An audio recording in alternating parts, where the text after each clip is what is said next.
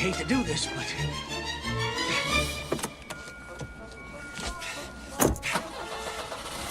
Hey, mister! Huh? I gotta make a dookie. I gotta make a dookie.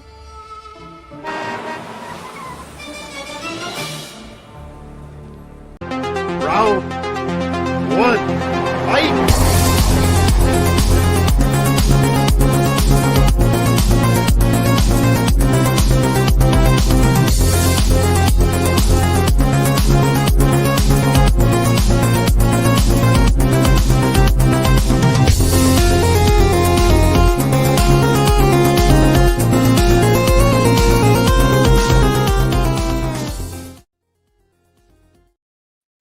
Hello, everybody, and welcome back to the Movie Hero Network. This is Tournament Fights, episode number 327, and this is part 2 of our family movie mystery series. We got 5 parts total. This is part number 2, bracket number 2. I am Austin Howell. Jordan Anderson will be along in just a little bit, but we're going to go ahead and get going with lots more family entertainment, stuff that is fun for the whole family. I'm legitimately not like some other shows we've done on here. But yeah, Austin, well, let's bring in our panel here for this evening. Got Malcolm Lay. How's it going, Malcolm?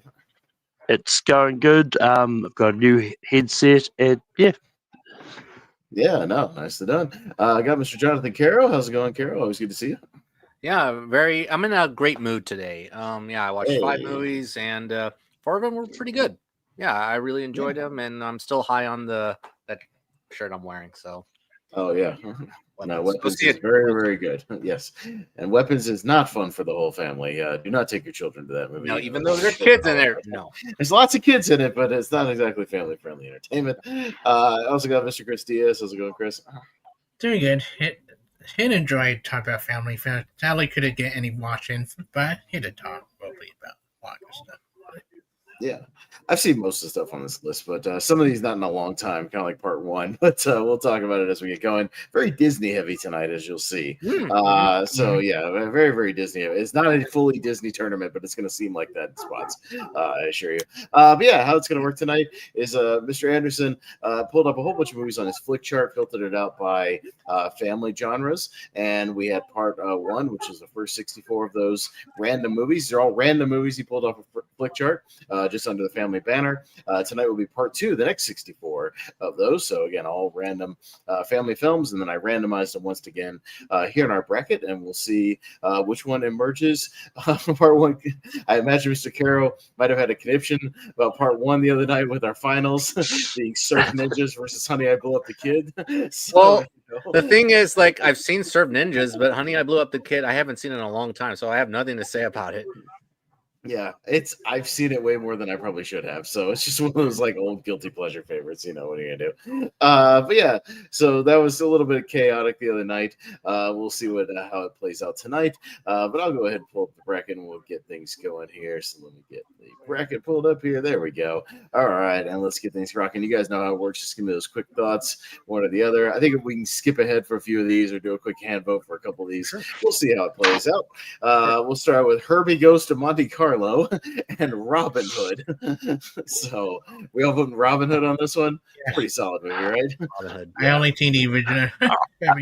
Yeah. Weirdly enough, I actually would have gone Herbie. I grew up with all the Herbie movies. I loved them as I loved them as a kid.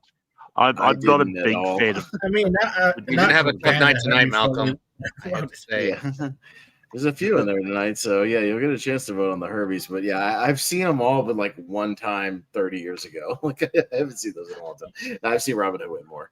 I think the rest of the panelists said so. Yeah, this is the only version I like, actually, Robin Hood. So. Oh, really? Yeah. What about the Errol Flynn version back in the day? I haven't seen that. I haven't seen it. Go watch The Adventures of Robin Hood from the Errol Flynn version. It's great. That movie's awesome. All right. It looks great on Blu-ray with Technicolor. Go watch it. I'll check it out. Go watch it. All right. The Incredible Journey, kind of the original Homeward Bound, and The Adventures of Huck Finn. So, yeah, we'll do a quick one on this one, Chris. Go ahead and start with you. I've seen both. I've been a while since seen Incredible Journey, but I have talked about Huck Finn, so I enjoy Huck Finn. Finn? Yeah. Jonathan? Yeah, this is coming up in my memory. So this is the original one. It's the one with the, it's basically the older version of the 90s one. They're not talking. Non-talking. But It doesn't have the voices. The voiceover. Yeah. Vernacular. Nope. I don't know. Yeah, it's been a long time since I've seen it, but no, I did like it when I was watching it as a kid. It's soft. Don't love it as much as the '90s version, of course, but no, it's nice. And Huck Finn it's a good movie. It's a solid film. If it were the '90s version, I think it would have been a tougher round, but I haven't seen an Incredible Journey in a while. Neither Huck Finn, but I'll go Huck Finn for this. Yeah. Yeah, I haven't seen the original Incredible Journey, but I do like the Avengers Huck Finn. I watched it for the first time this year, so Huck Finn. Yeah, both these. It's been a minute since I've seen either one. I do remember Huck Finn being solid. That's one of the one I might have rewatched it. I had a little time. It's just been a minute, but as I said, one of the other tournaments, I saw that Tom and Huck movie more than I saw this movie, and then I used to love with Jonathan Taylor Thomas. But I heard this one's better, so yeah, I'll roll a Huck Finn on this one. So all right, we'll roll that one through, and we'll go down to Pete's Dragon and Lady in the Tramp. God. So straight Disney matchup. All right, Jonathan, what you got? Oh, we're gonna talk about this. Okay, well, Pete's Dragon, I really despise. I really do not like this movie. The animation and the hybrid animation is terrible. Definitely 10 years too early before Roger Rabbit. I really did not gel with it. The remake is way better. Go watch that one. Lady and the Tramp, though, it's a good movie. It's not like one of my top tier animated favorites, but it is a cute, solid film. So yeah, I like this pretty much. So Lady and the Tramp gets my vote. Yeah, Malcolm. Yeah, I'm not that big on the animated Lady and the Tramp. Like, I think it's fine. It's just one of those ones. Like, I watched it for the first time a few years ago. And I was just binged all the Disney animated movies over a year, and I think it's okay. Like, I don't hate it. I don't overly like it either. Really enough, I actually really enjoyed the live action remake of it. But and then I'm completely the opposite when it comes to Pete's Dragon, where I don't like the remake of it, but I actually like this one, so I'm gonna go Pete's Dragon here. Yeah, I'm kind of mediocre on both of these. I think with Pete's Dragon, I preferred the Carl Urban version myself, Yes. like the kind of more live action one. I thought that was all right. Like again, not one of the best ones or anything like that, but it was okay. And yeah, Lady and the Tramp, this original one. Again, it's been a minute since I sat down and watched it. It's cute enough. But since this is the animated version, not the Carl Urban version, I'll go Lady and the Tramp here. Chris. Yeah, so I'll be the crazy one saying I didn't really like the original Pete's Dragon that much, like the remake better, but happy I'm not the lone person well. Yeah, I might vote for the Lady and Tramp mostly for the Bella note scene, like that iconic that is the best scene in Lady and Tramp. That's it with you. Pete's Dragon had a few memorable songs, a few good villains, but Lady and Tramp is better. All right. Yeah, one scene does not hold up in Lady and the Tramp. I'll give you that. All right, go down to some more Disney with Sleeping Beauty and My Neighbor Totoro. Still a little Studio Ghibli, but Malcolm going first on this one. Yeah, it's going to become a bit of a trend here. When it comes to the earlier Disney animated movies, like, I don't vibe with them as much as I probably should. I'll definitely go back to them. I like Sleeping Beauty, but I'm not overly in love with it. But My Neighbor Totoro is a great Ghibli movie. I think it's fantastic. And yeah, so I'm gonna go My Neighbor Totoro. Gotcha. Yeah, no, a lot of these early Disney movies, with the exception of maybe like one or two of them, are ones that I didn't really watch a lot growing up. We'll point out there's a few of the ones I did watch a lot. We'll point them out as we go through here. Sleeping Beauty was not one of them. I tell you what I do like about those, Jonathan. They're all like 70 minutes long. That's good. You can bang them out real quick. Very short. 70, 75 minutes for most of them. But I did watch Totoro recently for a battleground match. We had to do like a Studio Ghibli thing so I had to watch something. It was cute enough. So really some good imagery, and they're very beautiful movies. I'll give you that. They look great, on Blu-ray and whatnot. So I'm not much of a Ghibli guy, but I think Totoro is probably the better film here. So I'll actually vote for a Ghibli movie, Jonathan. I'll vote for Totoro here. That's not bad. So Chris. Yeah, I run a multi-plat debate match saying Sleeping Beauty is the rich Disney princess. I stand by it. Maleficent is one of the best Disney villains ever, but my neighbor Totoro is a class for a reason. My neighbor Totoro. Gotcha, Jonathan. I'll keep it short and sweet. Sleeping Beauty, good movie. I don't rewatch it as much as compared to my sister, but Totoro is one of my favorite Ghibli movies. I think it's like top tier quality Ghibli. It's great. It's a great movie, and the sisters, dubbed by Dakota and Elle Fanning. So that's great. So Totoro sweep. Totoro sweep. All right, sounds Totoro. good. Totoro. Totoro. All right. All right. Going forward with Pee Wee's Big Adventure and Flubber. So Pee Wee, yeah, pretty overwhelming on this Yeah. one. Yeah, Flubber's. Even when I was Barely, though. and I saw Flubber, dude, really? Pee Wee's Big Adventure is a much better movie. Come on, fuck, get out of here with that. Much better movie. You can't say barely, Pee-wee's dude. Much better. better movie than Flubber. Oh, come on, Flubber is a disaster. That movie's not good. Probably at all. wonder what Robert Williams. Yeah. Got the Monster Squad All and right. the Muppet Movie. Oh, So shit. there we go. Oh shit. Yeah.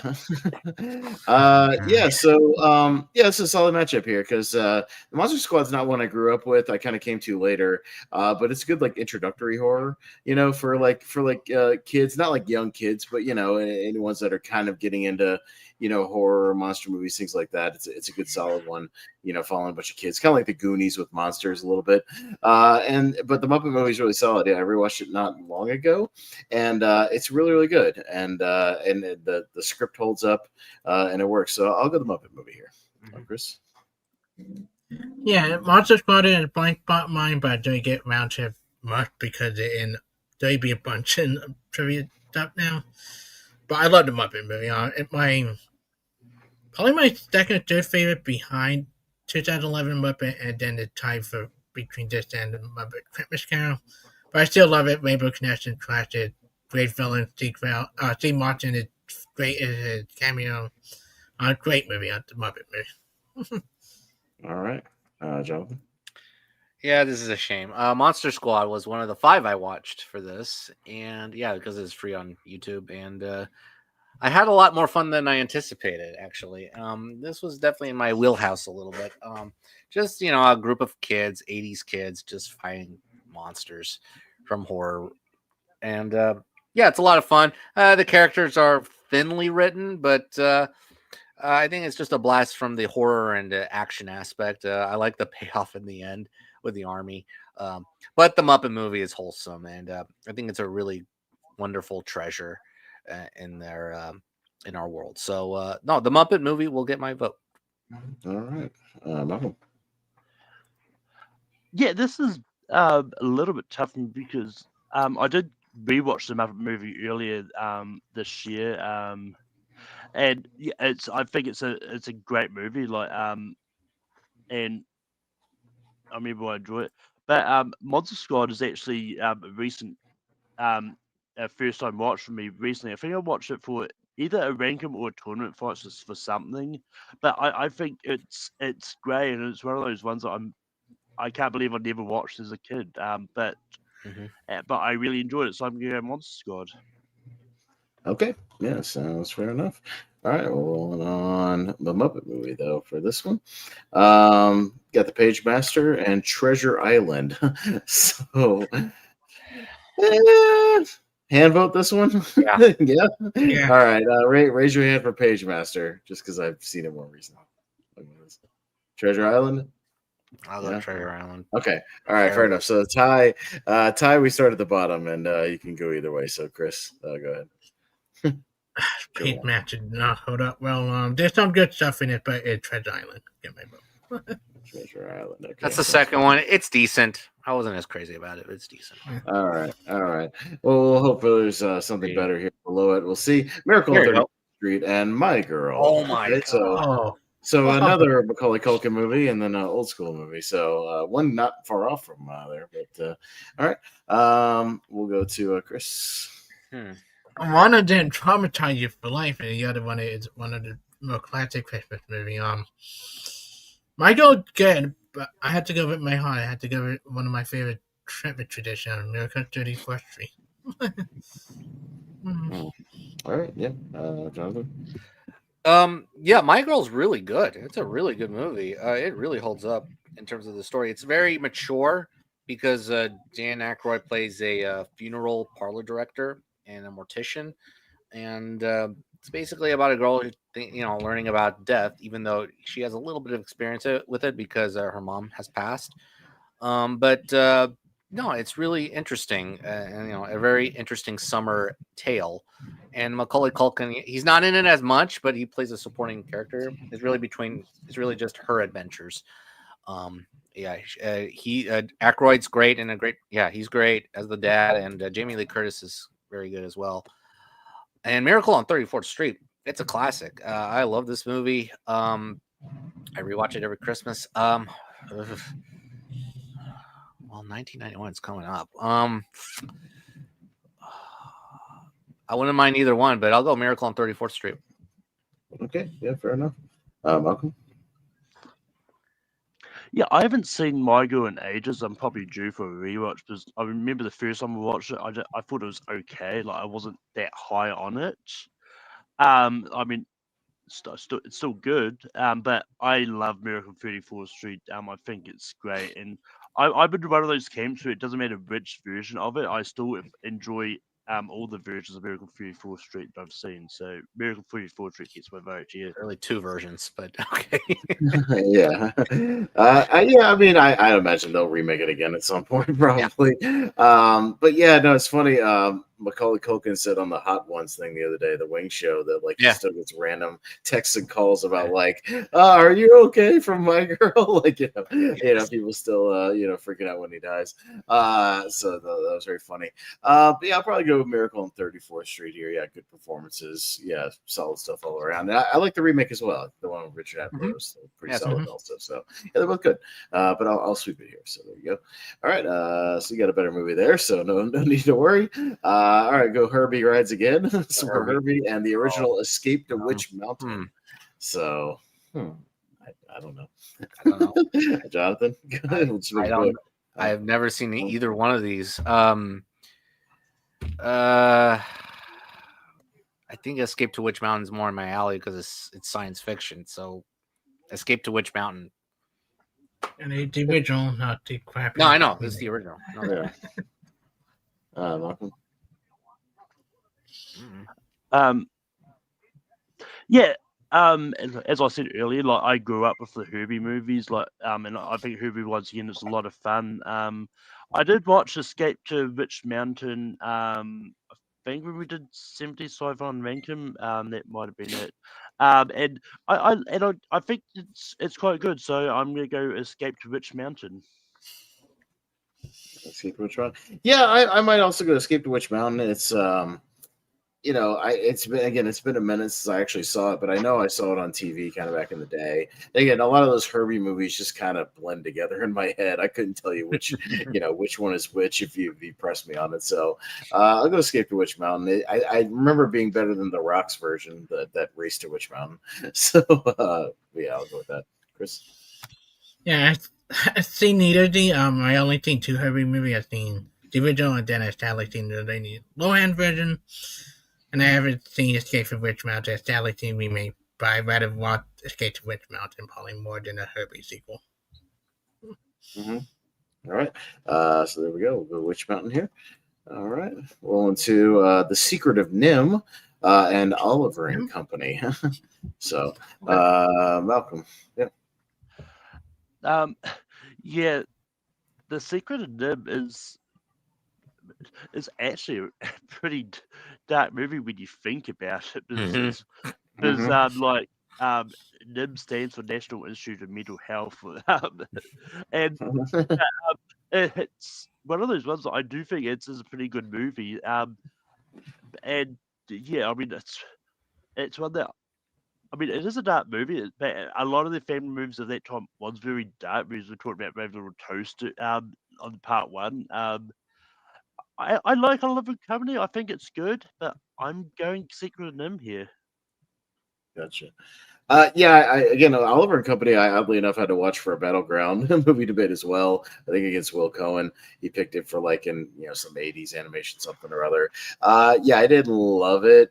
I think the music was not terribly great. It was, the backgrounds were very cheap looking. It just didn't quite work for me.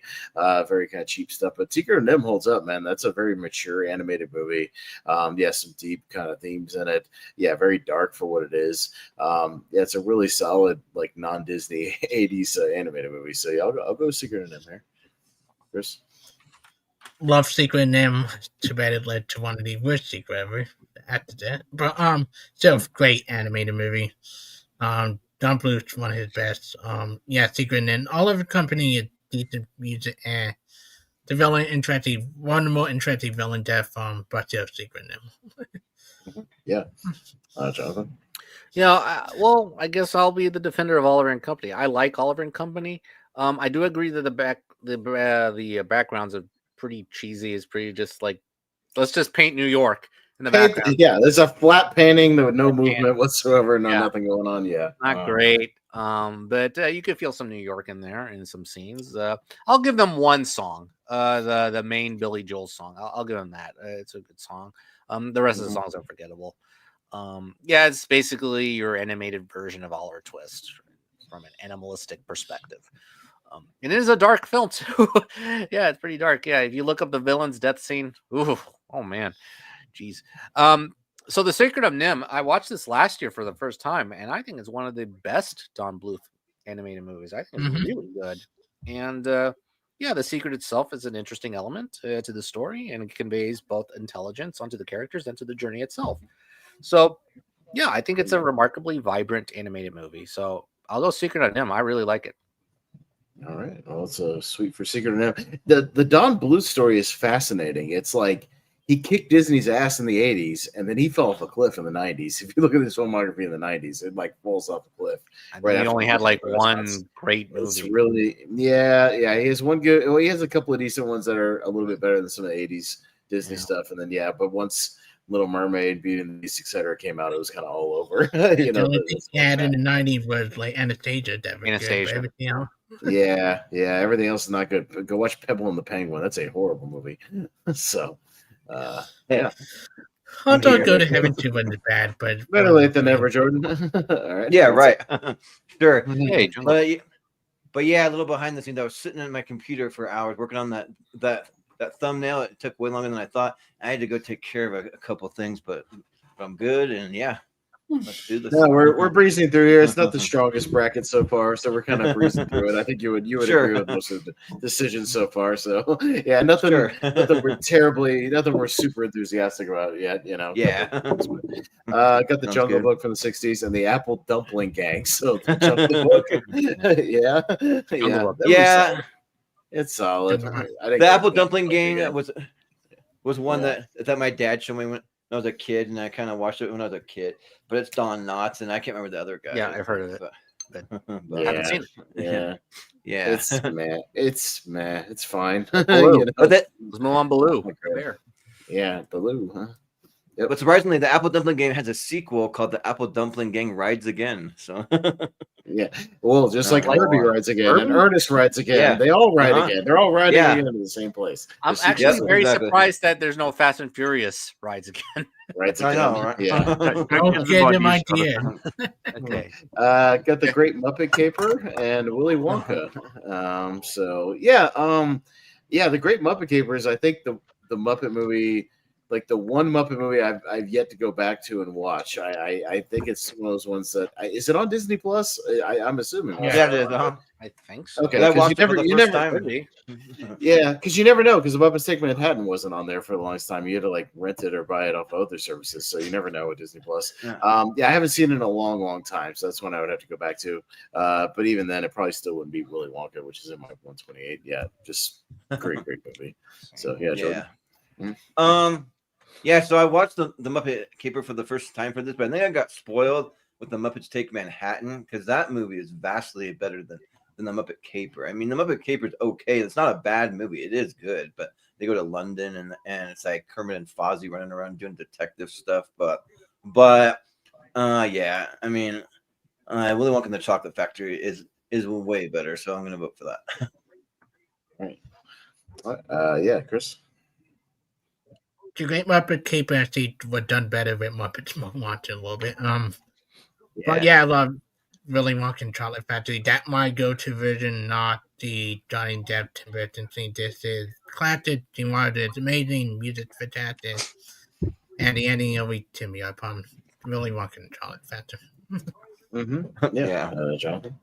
Yeah, Caper's not one of the stronger Muppet movies. Yeah, I agree with Jordan. Manhattan is the better of the sequels. Yeah. But no, Caper's fine. It's all right. But Willy Wonka and the Chocolate Factory, come on. I mean, it's basically a juggernaut compared to this, The Great Muppet Caper. And Willy Wonka is timeless. Very timeless family musical. So Willy Wonka and the Chocolate Factory gets my vote. Yeah, absolutely. And Muppet. Yeah, Muppets Take Manhattan is still, and Muppets from Space are not on Disney Plus for me. But yeah, Great Muppet Caper is good, but Willy Wonka is in my 128 favorite movies of all time. So Willy Wonka is getting my vote. Yeah, totally. Yep. All right. So going to Willy Wonka, going down to The Great Mouse Detective, and Where the Red Fern Grows. Oh no. Is that a Clifford movie? I don't know. It sure looks like it, right? Yeah. So don't watch Where the Red Fern Grows if you don't want to see dogs die. I'm just going to tell you that right now. Yeah. It's a tearjerker. It's definitely a tearjerker. Okay, well, I'm a little high on Great Mouse Detective, so yeah. Well, Jordan, you go quick first, and then we'll go around. Yeah, no, because I know Jonathan wants to talk about Great Mouse Detective. Yeah, go ahead. Yeah. But so in the 5th grade, my teacher read us Where the Red Fern Grows, and all the girls cried, including my teacher. So she passed around Kleenexes, and she knew that it was coming. She's like, "Everyone, get ready for this!" And they're all crying, and so it is sad, but it's an older movie. I'm not even sure when it was released. It seems like maybe the 70s. I think it's the 70s. I think from when you had on the 74. list.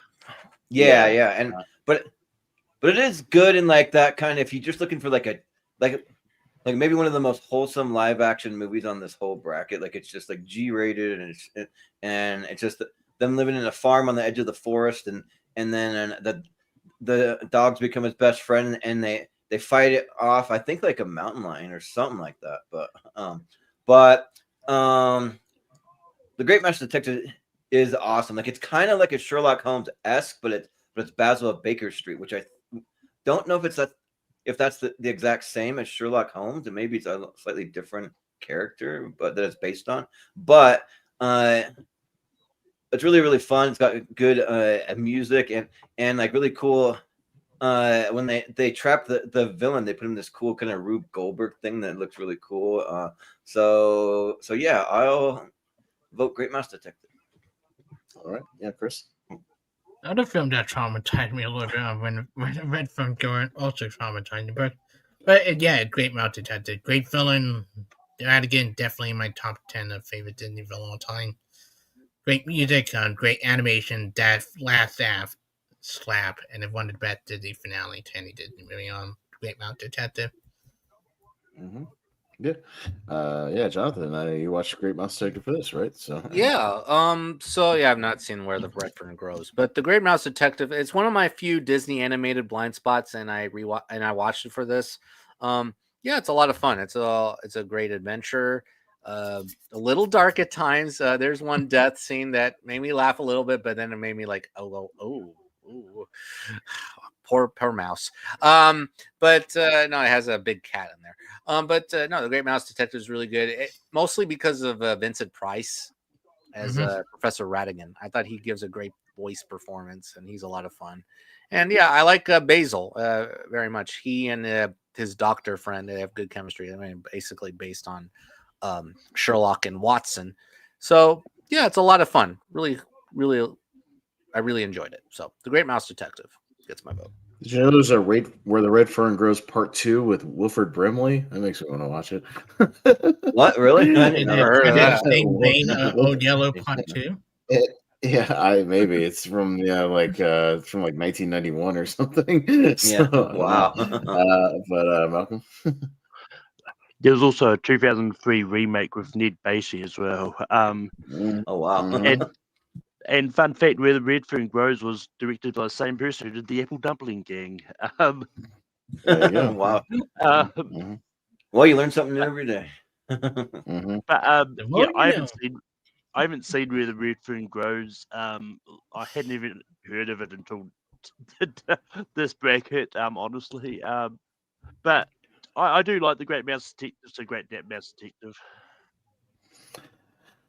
Yeah, I probably haven't seen Where the Red Fern Grows since like elementary school. I probably only watched it in school and nowhere else. But again, yeah, Great Mouse Detective. I think somewhere in the battleground lore, I had to watch it for something. And yeah, no, it's not bad. It's one of Disney's better 70s or 80s efforts.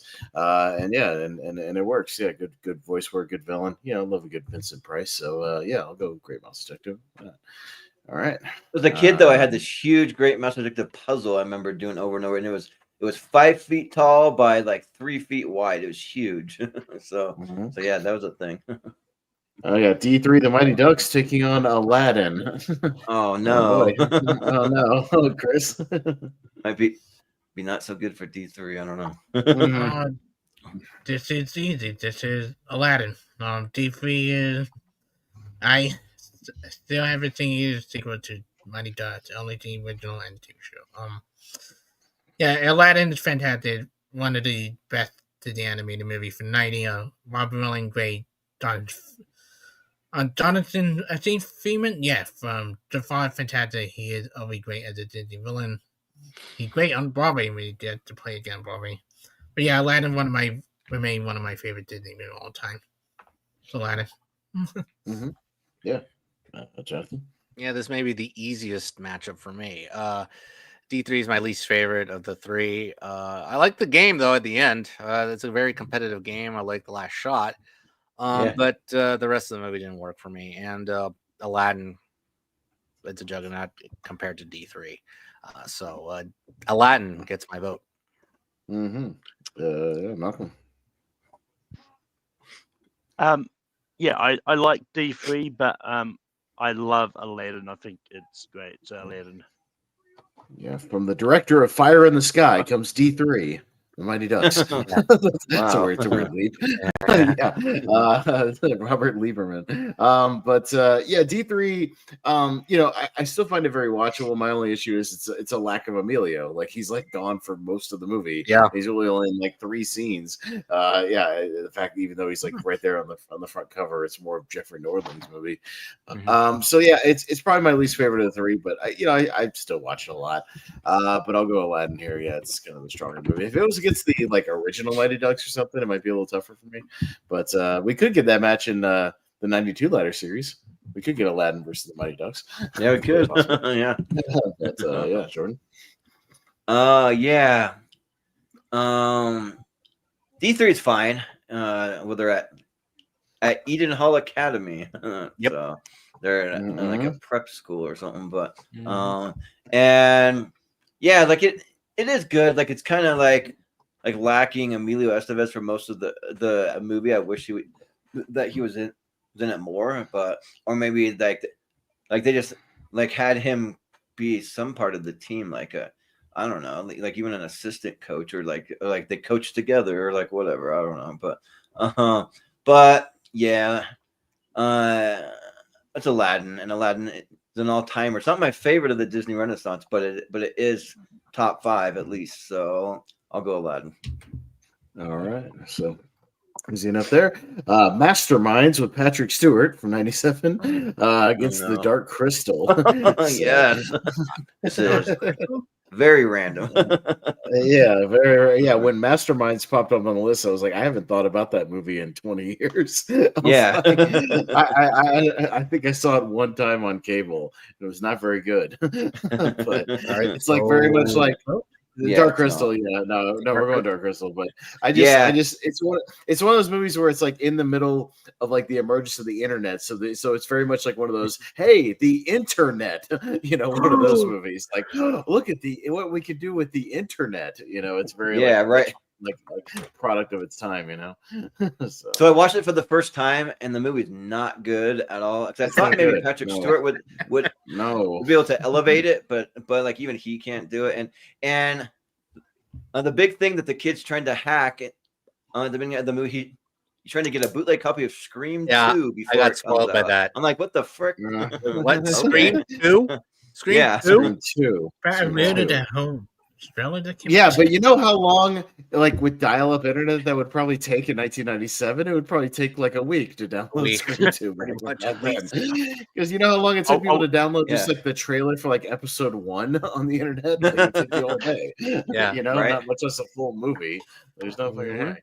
So yeah, I wonder how many kids watched Mastermind. Was like, I've got to see Scream 2 now. Yeah, right. It's going around the internet. Maybe I can get that link. Let me download it on LimeWire. Yeah. Well, in the movie, in order to get the bootleg copy, he has to play like some computer game and like infiltrate a castle. And the whole time it's saying, do you wish to continue? You're committing a felony. If you get caught, there could be serious consequences. Would you like to continue? And he's like, yes, I do. And he's like, I'm like trying to go through this castle. It's weird. Y'all are saving time for me. Yeah. Thanks. Yeah. All right. Well, we got the release of Freakier Friday, so there's Freaky Friday, and the original Pinocchio. So, here's a this is match. decent match. Yeah, this is a good This is a match. decent match, finally. All right. But yeah, Jonathan, go ahead. Yeah. Pinocchio is a really, very good movie. Yeah, I really enjoyed Pinocchio. Now, unfortunately, it's been topped actually for me from with Guillermo del Toro's Pinocchio. I think that's a better version, a darker version, but I think it tells the tale very, very well, with great detail. But this Pinocchio is really good. It's a very good movie. A very scary finale with the whale. Great animation by the way. Yeah. Freaky Friday. This is one of my favorite remakes from the Disney vault. I think Freaky Friday. It's boosted by Jamie Lee Curtis's performance as both the mom and also the version of her daughter. She rocks in this movie, no pun intended. But like her line deliveries make me laugh when I watch it or rewatch it. And yeah, they do a very good job. They have good chemistry. You know what? Just because it's Friday, why not? Freaky Friday. Sure. Freaky Friday. Yeah, sure. Oh, this Friday, yeah, that is true. So and it's the release of Freakier Friday today. So yeah, right. Good things. All right, Malcolm. Mm-hmm. Yeah, it's been a while since I've seen the remake of Freaky Friday. I mean, I'd say it well, but I think I watched it a few years ago.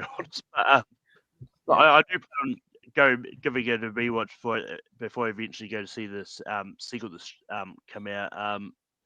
But yeah, I mean, I like it. I actually prefer the original over it. And Pinocchio is probably one of my favorite Disney animated movies and so I'm going Pinocchio here. Yeah.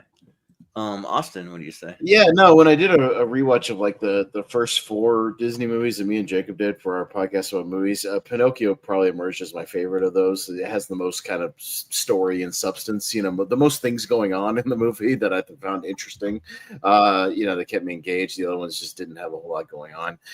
So it's definitely my favorite out of those. Freaky Friday is good. I first came to it maybe 3 years ago. I was very late to the party on this one, but it was very fun. It was entertaining. My quick review of Freakier Friday, which I saw today before Weapons, not as good at all. Very mediocre. I did not think it was very engaging. It's just kind of empty. It feels like just a retread and way more confusing than you might think with 4 people switching bodies instead of 2. I could not remember who was who. Yeah, that's what. Yeah, I couldn't remember. I kept getting confused trying to remember who had switched with who and who was talking. It got a little overly complicated for what it was. So yeah, and just it's a retread of the first movie. It's literally the same thing. So not as good. But I'll go Freaky Friday here. Why not? Yeah.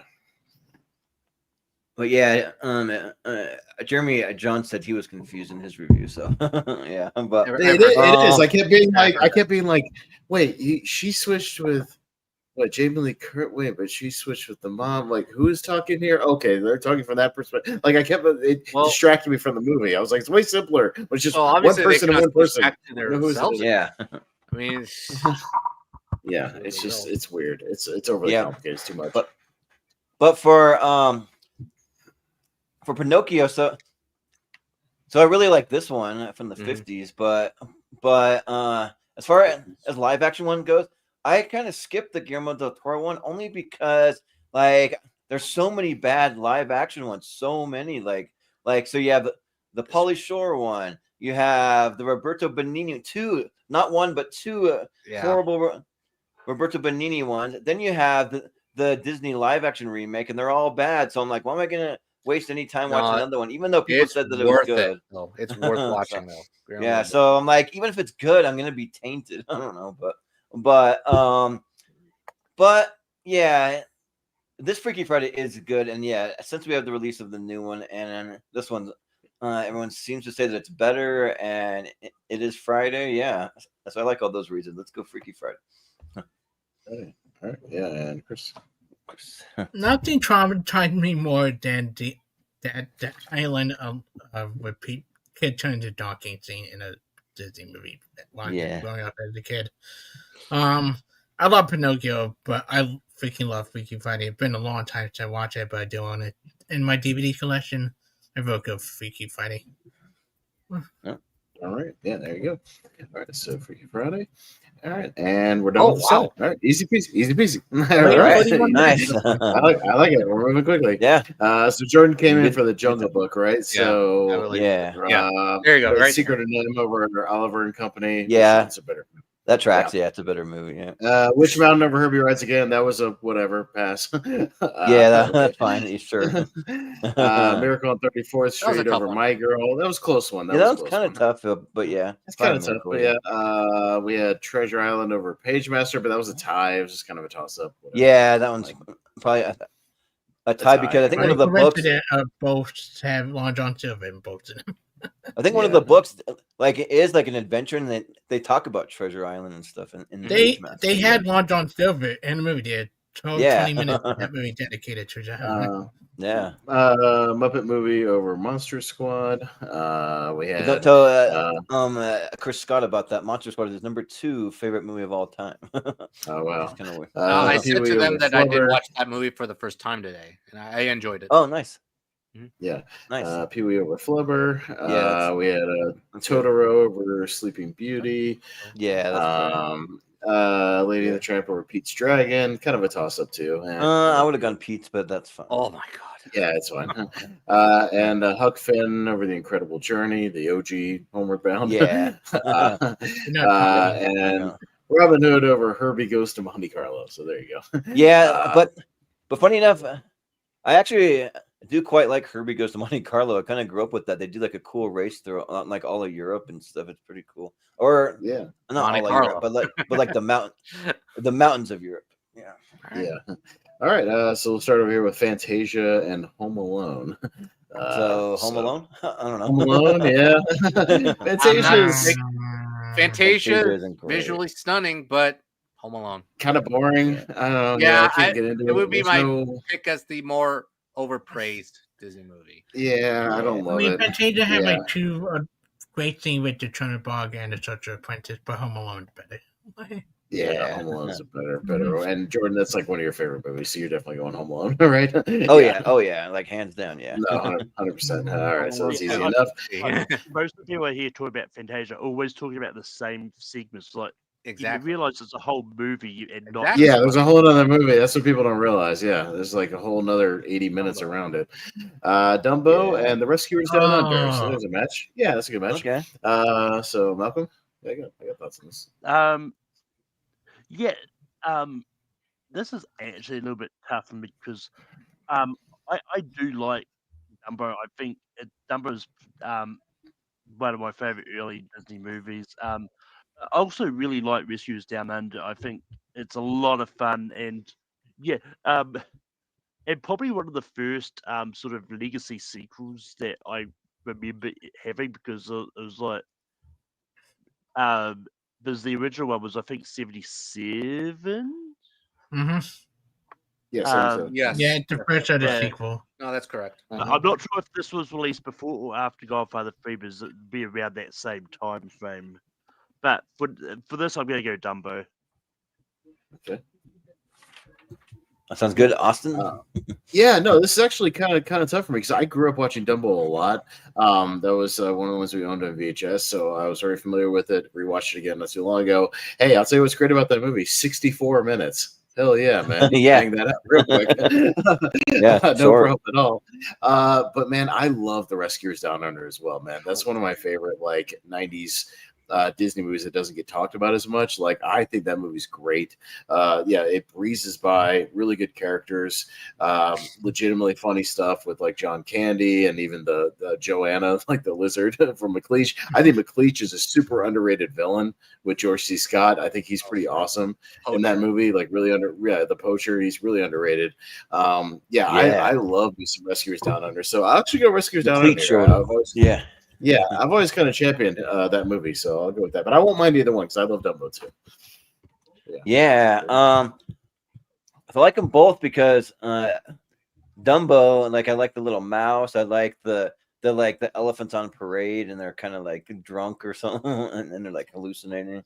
And then like there's some kind of weird themes that they have the crows, and I think one of them's actually named Jim, so it's like Jim Crow. I don't know what that's about, but well, I know what it's about, but it's like that's of a different era. So, Moving on for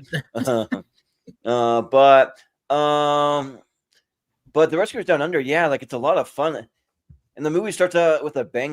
Because I love the opening credits. It's like zooming through the outback and playing some kind of like intense music, and like you really set the tone. Then you have John Candy as the voice of the albatross, like the bird, and then like Bob Newhart's in there as Bernard, and then the villain. The villain's really good. Like, I used to like sing that little song, like home on the range, where I cut through their hides and I rip out their spines, because he's like a poacher and he like sings all that. But it's fun though. Like, it's a fun adventure movie. So I'll go Rescuers Down Under.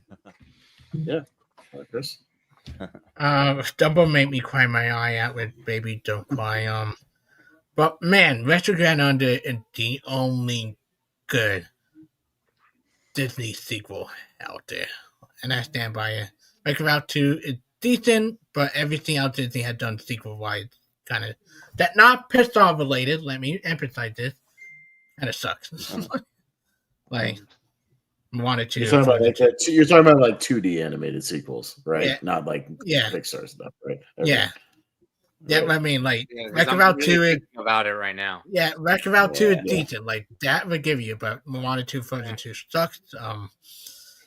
Yeah, I love Rescuers Down Under. It actually does more character development, I think, than the original does with Bernard and Bianca. And I freaking love this movie. Great villain, great animation, stunning animation for back then. I go in champion, yeah. Rescuers Down Under. Get my vote wrong. Well, you're not a fan of Leroy and Stitch? No? Yeah. Okay. I'm not counting direct-to-video stuff. I was maybe Cinderella 3, but that's Fantasia 2000? No? Yeah. All right.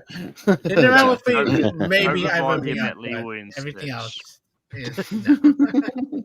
Yeah. Anyways, go ahead, Jonathan. Yeah, I was going to bring up Lion King 2, but I was like, are you Lion King 2 good and Cinderella 3 good. That's Okay. pretty much. No, yeah, this is a good match. I hadn't seen both of these in a while though. Funnily enough, I have not seen the first Rescuers. I've seen only Down Under. Yeah, I thought no, Down Under is really good, and so is Dumbo. Dumbo is also like one of the more exceptional older Disney films. So yeah, this was going to be a tough call for me, even if it were a tie to me. So yeah, I'm happy that Rescuers Down Under is going to move on. So yeah, I'll go Dumbo though. Just Okay, no, fair enough, but close one. Yeah. But Rescuers Down, and guess what that means? We're gonna have a 1990 John Candy matchup the next. Oh yeah, that's right. Nice. Both of his 1990 movies. So there you go. All right, that'll be fun. All right, so we got First Kid, and Home Alone 2. There it is. Are we serious about this? Home Alone 2? Yeah. I would vote. The Home I Alone would 2? vote Home Alone 2, but I did see First Kid a lot because it came on the Disney Channel First like Kid, yeah. all the damn time. Like I saw Yeah, that it did. movie way more times than I probably should have. Like I have a soft spot for it, but it's not great. You know what I mean? Like Yeah. I've got a soft just for me. But yeah, I would go for Home Alone 2. Yeah. Yeah, fair enough. All right, going down to Kiki's Delivery Service and The Sound of Oh. Music. Ooh. Right. Okay. All right. Well, you guys have fun with this one. For me, it's a pass. I said for me, it's a pass. but Yeah. You guys have fun because I don't like The Sound of Music and I'm not a Ghibli guy. So just because I despise The Sound of Music, I'll go Kiki. Why not? Okay. Yeah. Jordan. I've never seen it. Yeah. So like I'm not a big anime guy, but I kind of like Kiki's Delivery Service because it's about a witch and she's learning how to ride a broom, and then she has like a service that it's not really like an evil witch though. She just like is just like a girl that like is a witch, and it's like and she has to like she loses her powers and has to figure out how to get them back essentially. So and The Sound of Music is my mom's favorite movie, but I feel like we've seen The Sound of Music a few times lately. So I'll give some love to Kiki's Delivery Service because I mean, like in a world of like anime that I mostly am not really into, Kiki's Delivery Service is one of the better ones. So I'll actually vote for that. Yeah, Chris. Yeah, I watched Kiki for the first time from when we did 80s animated film. I love it. It's a cute. Only my second favorite Studio Ghibli from that decade. I think Graveyard Firefly is my favorite from that decade.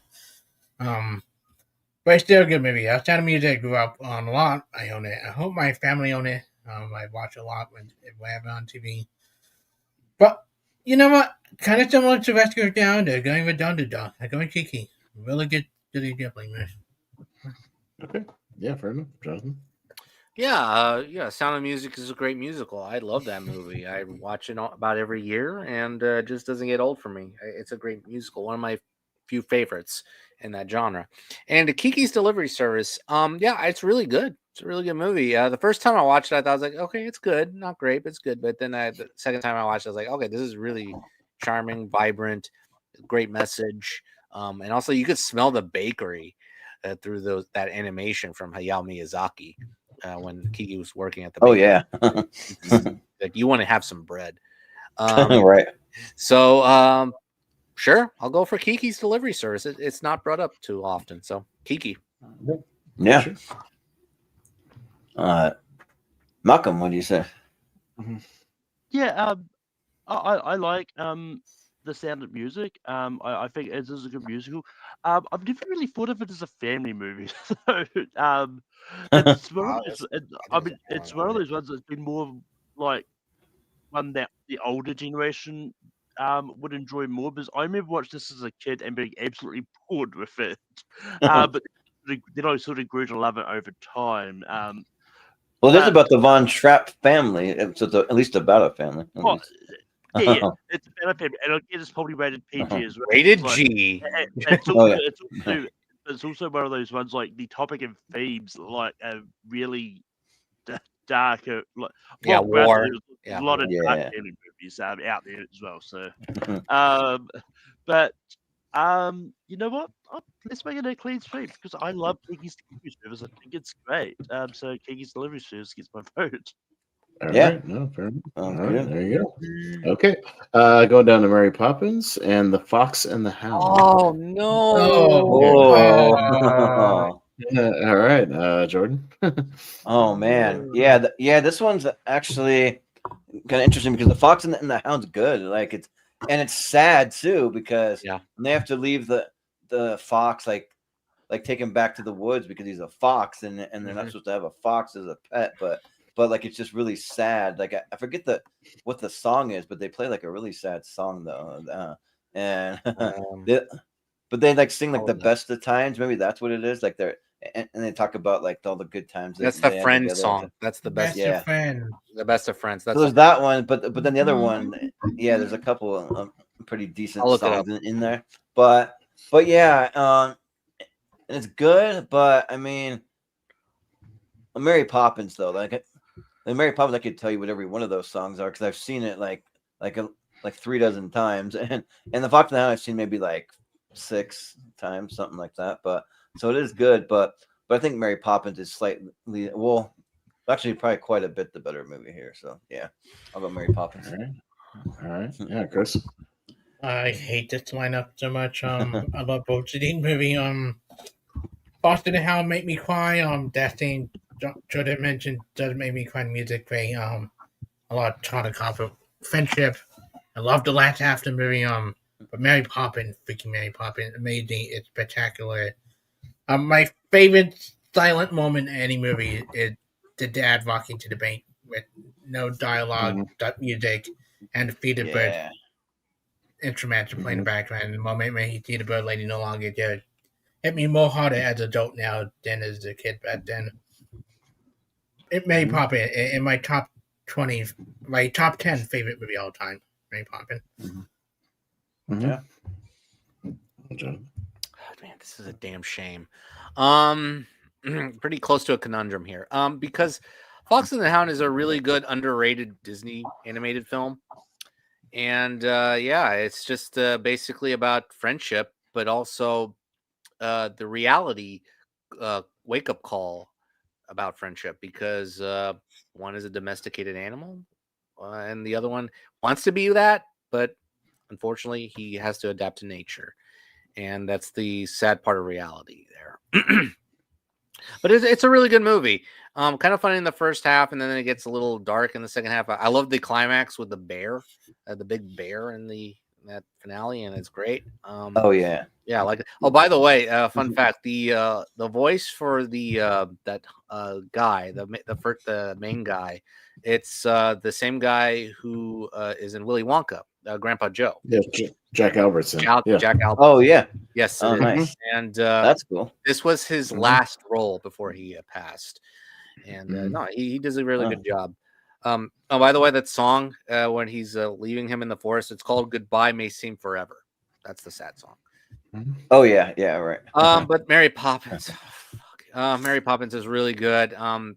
Actually, yeah, I think the step in time number, that's the scene for me that really gets me in this high spirits, because that's a fantastic scene. Just Dick Van Dyke and those chimney sweep guys, and it's great. Never heard of rhythm, never heard of ride, never, but step in time. Yeah. Yeah. Sorry, Fox and the Hound. I'm so sorry. I gotta go Mary Poppins. I gotta go with Julie Andrews and Dick Van Dyke. Yeah. Yeah, I like Fox and the Hound. I think it's a great Disney animated movie, but Mary Poppins is one of my favorite movies. So Mary Poppins. Yeah. I'll clean sweep it. Yeah, because Mary Poppins is just like a top 20 movie of all time for me. Like, it's just one I've seen a billion times. Like, just since I was a kid, wearing out VHS tapes of that damn thing. But it'll be interesting to see, Malcolm, if anybody nominates Fox and the Hound for Kurt Russell movies on Rank 'em. It's a Kurt Russell performance, so they could. I mean, it's eligible, so we'll see. Yep. We'll see what happens. But Adult culture. all right. We got the bad Snow White and Bambi. Bambi. Yes. Oh my God. Bambi. Snow White is in my worst of the year so far. That movie. Oh, yeah. Sucks. I haven't seen half of my worst of the year. Haven't seen it. Yikes. Oddly enough, it may not make my final worst of the year list. I've seen some dog shit lately. I don't know. Yeah, it might get edged out like by the end of the year. We'll see. I don't know. It could, because I've seen some even worse stuff. So, what about the Bambi horror movie? Have you seen that? I haven't watched it yet because they didn't release it anywhere. It came out in like 5 theaters. Like, it's just not. They didn't put it out like. I mean, oddly, I'm not the biggest fan of Bambi. I actually don't mind Snow White, although I agree it's not good either. So I'm not saying it's great. I just don't mind it. Bambi is one of my favorite animated movies ever. Shit. I got Peter Pan from the 50s and the original The Love Bug. So the original Herbie movie, I think, right? So, Chris, Probably a Herbie movie I've seen. Yeah, I like all the Herbie movies here tonight. Yeah, I like the. Do we have this shitty Lindsay Lohan one? No. No. That movie's yeah, okay. It's mediocre. I like the Love Bug a lot. I watched it for the first time, I think, for trivia match over one of the old trivia channels. But yeah, it's funny, it's cute, it's entertaining. But Peter Pan. The music, the animation, Captain Hook, great villain. Does it not hold up well with the Indian stuff? Yes, but great finale, great ending, and a great opening. Yeah, Peter Pan get my vote. How much I do like the Love Bug a lot. Yeah. Jonathan, what do you say? Yeah, I haven't seen the Love Bug. So, Peter Pan. This is one of the few animated movies that made me laugh the loudest and the hardest because That movie's really funny, dude. Like really funny. Yeah, It is. like every so often. Well, not so often, but every now and then, when I'm a little down, I go to that scene with Hook and the crocodile. yes. And, Oh my yeah, god, TikTok, so I damn think funny. that's his name, and Mhm. it's just some of the funniest comedy in an animated movie I've ever seen. Smee. They're kind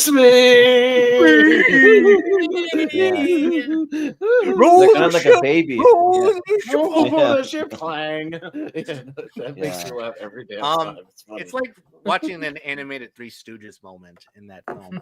But the rest of the movie is really good. I very much enjoyed it, and yeah, I do agree with Chris. There's a moment that does not hold up with the Indians, but no, Peter Pan is, yeah, I think it's a really good movie, and so Peter Pan, it's my vote. Yeah. Malcolm, what do you say? I mean, to be fair, you could pick any moment out of any of the early Disney animated movies and go, that doesn't hold. There's a lot of stuff that doesn't hold up when it comes to those early Disney movies. Yeah, I like Peter Pan. I think it's a good movie, but when I'm feeling down, I put on the Love Bug. It cheers me up. I grew up with the Love Bug. Sure. I watched it many times as a kid. And yeah, so I think it's a lot of fun. So the Love Bug is getting my vote because I think I know where this is. Just thinking. Yeah. Yeah. Austin, what do you say? No, dude, that Peter Pan movie, yeah, we had it on VHS as well, so I know that movie back and forth. But yeah, those scenes with like Hook and either Hook and Smee, because I think they have great chemistry in that Yeah. movie, they're really funny, or just Hook and the crocodile are really damn funny. Like legitimately make me laugh. Like good slapstick. Like even when he starts hearing the ticking and his mustache is going up and down with the ticking, it's very funny. Smee, Smee. No, it's so over the. It's very like Looney Tunes, and I kind of dig it. Yeah, it's very very silly, but I like that movie a lot. Yeah, no. So does everything in that movie, age well? Not really. There's literally a song called "What Makes the Red Man Red." So So for that, I'll play this, and we'll go to Jordan. That one didn't age quite so well. Yeah. I haven't seen that clip in a while. Yeah, right. Yeah. But I'll go Peter Pan here, Jordan. Yeah. Yeah, it's kind of interesting. So I actually like the Love Bug as well. I grew up watching all of these Herbie movies. I'm sorry we don't have Herbie Goes Bananas here. That's another one. But I don't think that was on the list. I think actually the bananas. I think we've got all the Herbie We've got to all the Herbie movies that were in this bracket. yeah, but yeah, I think this. yeah. I like Dean Jones. That was in some of these older movies. He's fun, and the movie has Buddy Hackett in it for like some comic relief and stuff. But Buddy Hackett. Whenever I think about that, I just think of Tommy Boy. Because like, what are you doing in there, Buddy Whackett? Yeah. But yeah, but it's kind of tough because they're two old school ones that I grew up with, but Peter Pan's really, really good. Yeah, like it's like some of the best Peter Pan stuff with like where he's chasing around his shadow and like teaching the kids how to fly and then like at the end it gets kind of like melancholy where like they make like Wendy kind of like the mom and they're singing about her being the like mother, your mother and mine or something. And yeah, so I think it's pretty good. So I think I got to give it to Peter Pan. Yeah, right. Yeah, Tinkerbell. Yeah, Tinkerbell. Oh yeah, Tinkerbell too became like the face of like Disney, just sort of just a little bit of like Mickey Mouse, pretty much. Also, the Love Bug is the second movie featuring David Tomlinson in this bracket because he's also Oh, Mary yeah. Poppins. That's right. Poppins, Yeah, yeah. he's in that too. Well, I Forgot could have about named all these people that are in these like 50s like Disney movies. If you look it up, a lot of them were in like almost all the movies doing different voices. Yeah. Like a lot of the cast of Peter Pan is also in like Alice in Wonderland and I was gonna bring that up. Sleeping Beauty. Yeah, like it's a lot of crossover voices, so like you'll see. if Yeah, you yeah. look those up. It's I wasn't They use a lot of focusing on same those people. ones. Oh yeah, no, Yeah. it's too many to name, but yeah, I won't go into all of them. But Neverending Story and Pollyanna, This is easy for me. Way which easy. I don't think I've ever seen Pollyanna. I don't even know what it is. Oh, I'll It's talk a about Haley it in a Mills moment. movie. Yeah, All right, the fair Haley enough. Mills movie. Yeah. Jonathan, go ahead. Yeah. Oh, I'm first. Okay, Yeah. cool. Yeah. Never Ending Story. It's not a movie I vibe with, to be honest. I just don't think it's a movie for me. I'm not the biggest fantasy guy, and I don't know. This nothing. Well, not nothing, but like there's some stuff that worked for me, but there's some others like, I like the song more than the movie. Let's just say that. Pollyanna. This was my fourth one of the 5 I watched, and this is my favorite of the ones I watched for this. And Pollyanna, it's wonderful. It's a wonderful movie starring Haley Mills. This is her first movie of the 6 that she starred in, and she plays an orphan. Her parents got killed, and just moving into a small town with her aunt, her strict aunt, and she's a very wealthy aunt who basically, takes over the town. She's very wealthy.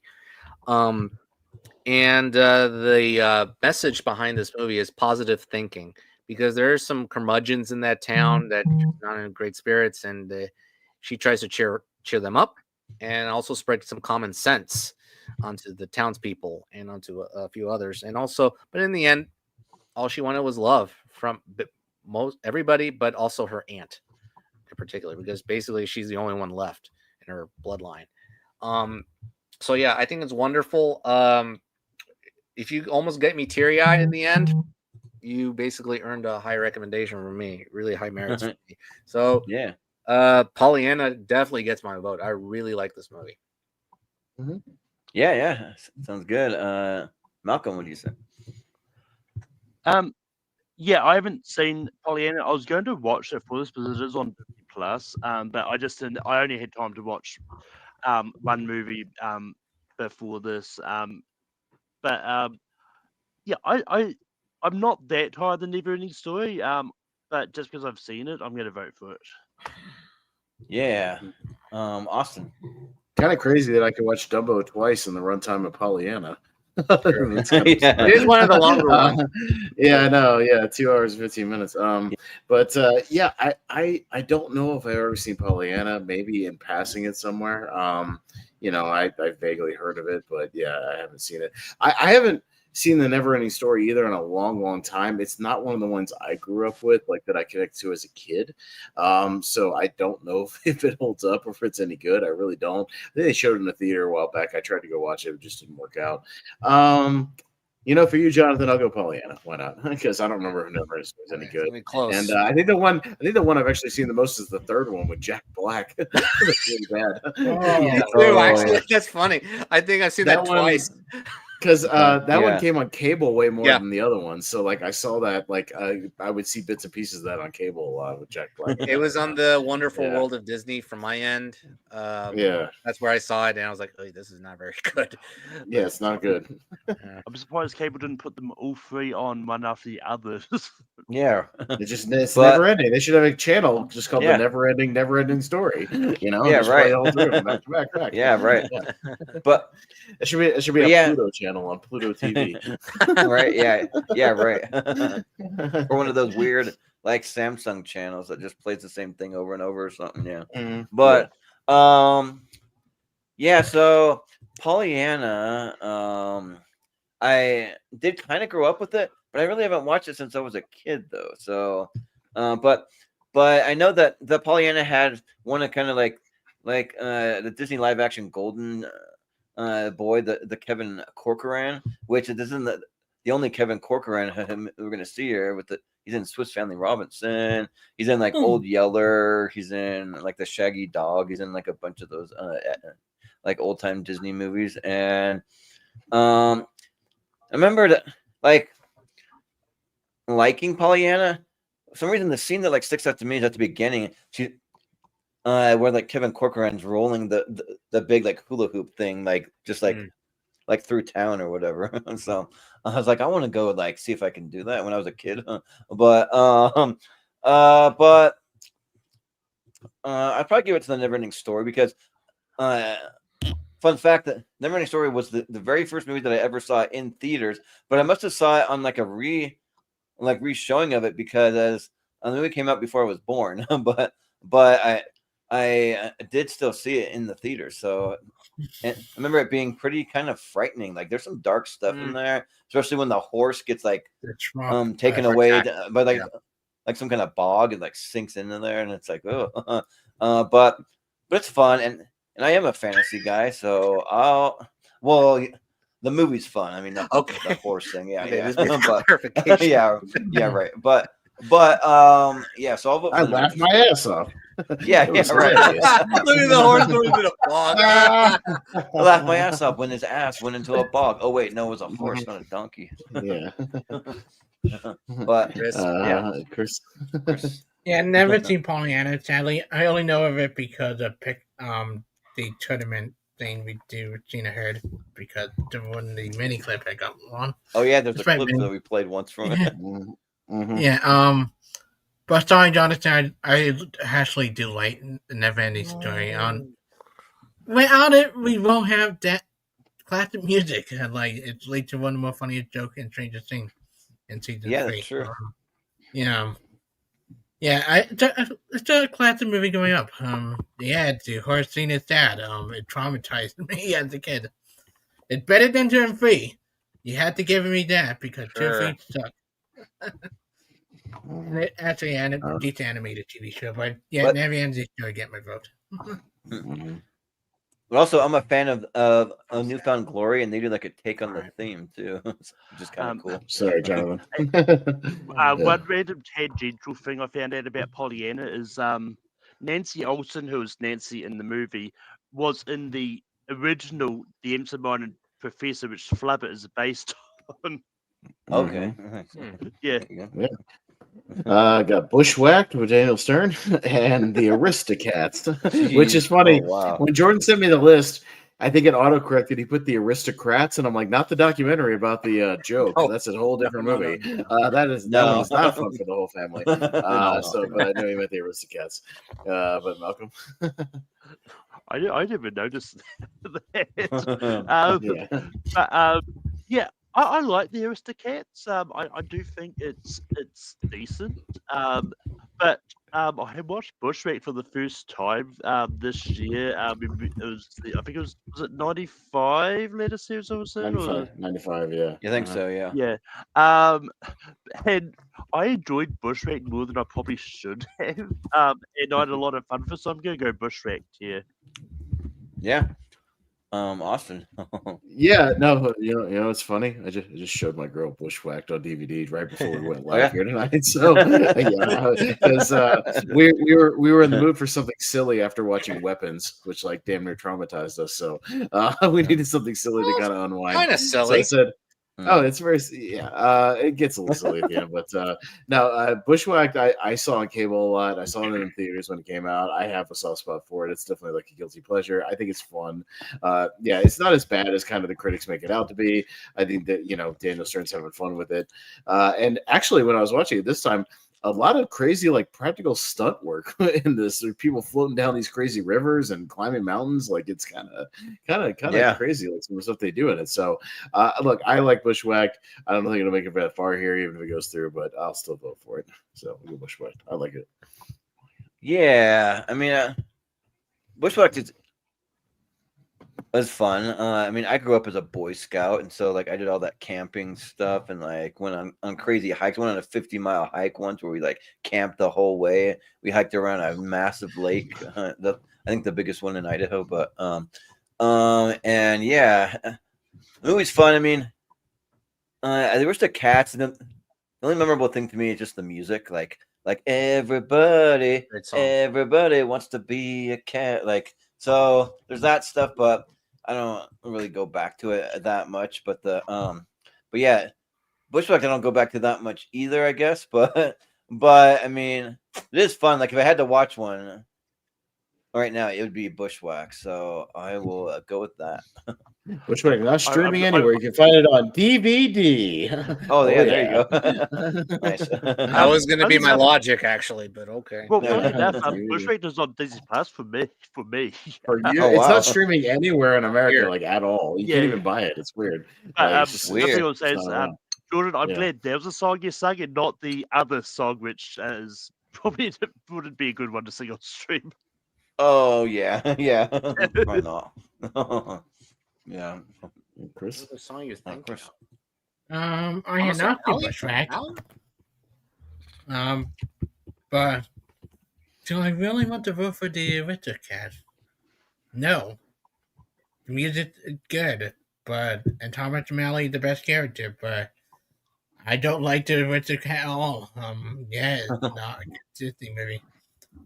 Yeah, I would go with the one I have in the theme, but I'll probably be more entertained. Bushwhack. Yeah. Yeah, well, plain and simple. I haven't seen Bushwhack, so I'll go the Aristocats. So I have nothing to say about it. okay, gotcha. All right, I'll send you my DVD and you can watch it, Jonathan. I'll try to find it. I don't know. But No, it's not. It's like not anywhere. Maybe unless it's on a random internet Unless archive. I don't know. It's internet, not streaming whatever. anywhere. Yeah, I'll look around and see, but no. all All right. right, go down to the Wizard of Oz and 101 Oh my Dalmatians. God, no! Yeah, no, I'll probably go Wizard of Oz here. I've seen it way more times. Yeah, again, it's been a minute since I went back and watched that original 101 Dalmatians, but I remember it being, fun enough, and Cruella being a pretty terrifying villain for what it is. So, but I mean, I even rewatched Wizard of Oz not long ago. We showed it to my niece, actually. She enjoyed it, so held her attention. But yeah, Wizard of Oz. Jordan. Yeah. So this was a missed opportunity. I should have worn. I have a Canine Crunchies shirt from 101 Dalmatians because for some reason, I've always had the little song that when they're watching the TV, the little jingle like Canine Crunchies are so sweet they make each day a special treat. Every good dog wants to eat delicious Canine Crunchies because like I have a weird knack for just like memorizing random like commercial jingles and like theme songs from my childhood of like old cartoons and all that stuff. So my brother because of that, he found me a Canine Crunchies shirt and sent it to me. So, but yeah, I mean, 101 Dalmatians is good. And you know what? Wizard of Oz won a tournament recently, so I think I'll give some love to 101 Dalmatians because I think it's really good. And Cruella de Vil is a great villain, and like it's just kind of like cool how like all the dogs connect like that, and like they're like howling across across London, and you can kind of like see what the other dogs are up to, and it's fun. Like I really like it, so I'll go 101 Dalmatians. Yeah, Chris. I love to show some chaos in here. I love the Wizard of Oz. Don't get me wrong. Not my favorite version of that whole story though. You know what my favorite is? I love 101 Dalmatians. This is one of my favorite classic Disney movies growing up. Cruella de Vil is fantastic. The song itself is fantastic. And yeah, I love those sorts of chaos here. Right over Underdog, 101 Dalmatians. Now with the Wizard of Oz. But see, I do have a Canine Crunchies shirt. See, here it is, Canine Crunchies. So there you go. Yeah, you're putting me in a little bit. Boy, you're putting me in a situation here. Because Wizard of Oz is really good, but I don't rewatch it as much compared to many people out there in the world. But no, it's really good. And 101 Dalmatians, I actually just rewatched to remind myself like how good it is, and it's still really good. It's a really good movie. It's very quietly wholesome and poignant as Pongo observes owners walking their dogs, going, "Oh, too young, too old, too fat." Oh yeah. Just observing them. Was like, who's the perfect fit for Pongo's owner? Roger. Roger. Yeah. So yeah, it's nice. It's a very nice first half, and obviously Cruella de Vil and Horace and Jasper, they steal the movie in the second half. And Yeah. we find some other characters along the way as Pongo and Perdita, call help after the Dalmatians are kidnapped. Chaos. Chris. Chaos. Yeah, give Bushwhack a better chance to win. Come on, chaos. You know what? I'm gonna give it to Malcolm. I'm gonna see what Malcolm thinks. I'm gonna go Wizard of Oz. It's up to you. Yeah. Well, we saw part 1. We had some chaos over there. So. Oh, we definitely had chaos. Not as Oh, much yeah. chaos from me, actually. Like I was like, is that chaos? Not really for me. Yeah. I mean, Mm. yeah, I mean, if you know me, I'm going here because I do like randomizations. I am mad at it though because I got a trivia question wrong at a pub quiz recently. It's like, how many kids did Pongo and Perdita have? Oh, I- 15? 15? That is correct. But Okay. I misremembered the movie and thought it was 99. Because like, No, so- because 15? No, because Yeah. I remember that scene where 15 puppies, 14 puppies, because the puppy was about to die and then they awake the puppy. So it's 15. That is true. Like, where did the 101 come from? Like, I don't. I'm still Well, trying to they figure out. All they- the kidnapped Dalmatians the farm. They adopt about Oh. 84 puppies at the end of the movie. Oh, that's what it is. Okay, So, you're still looking for 84 the plus puppies. 15 plus 2, 101. There you Yeah, go. right. But Wizard of Oz is one of my favorite movies of all time. So yeah, you pretty much handed the victory to Wizard of Oz by doing that, Jonathan. Oh, no. Wizard of Oz Terrible. is getting my vote easily. So yeah. Yeah. All right. No, there you go. Sure. This is going to be a bizarre matchup later. That's Yeah. only on tournament fights. Yeah. That's only on tournament fights. We'll get there. The Karate Kid and the Pink Panther. So, Jordan. Yeah. Let's see. So I'm a massive Karate Kid fan. Like, so that's probably where I'm gonna go because it's just the tale of Daniel San and Johnny Lawrence, and then the Miyagi, and like the just like all the life lessons, and like the TV show just enhances it. Like it reminds you about all that stuff, and it's just really, really good. But the Pink Panther is good because Peter Sellers, like he sells that movie because he's just like just really great at the comedy, and like you really like miss it when you see that god awful Steve Martin one. Ooh, no thanks on that one. So, but yeah, and well, actually, so you know what? Like the more I think about the Pink Panther, Karate Kid's been on here a lot. I'm gonna go with the Pink Panther because it's actually really good. If it was going against something that I didn't care about too much, I'd go Karate Kid. But I actually quite like the first 3 Pink Panther movies. They're really good. So I'll go Pink Panther actually, and a great theme song too. So, Chris, yeah. I sadly never seen the original Pink Panther.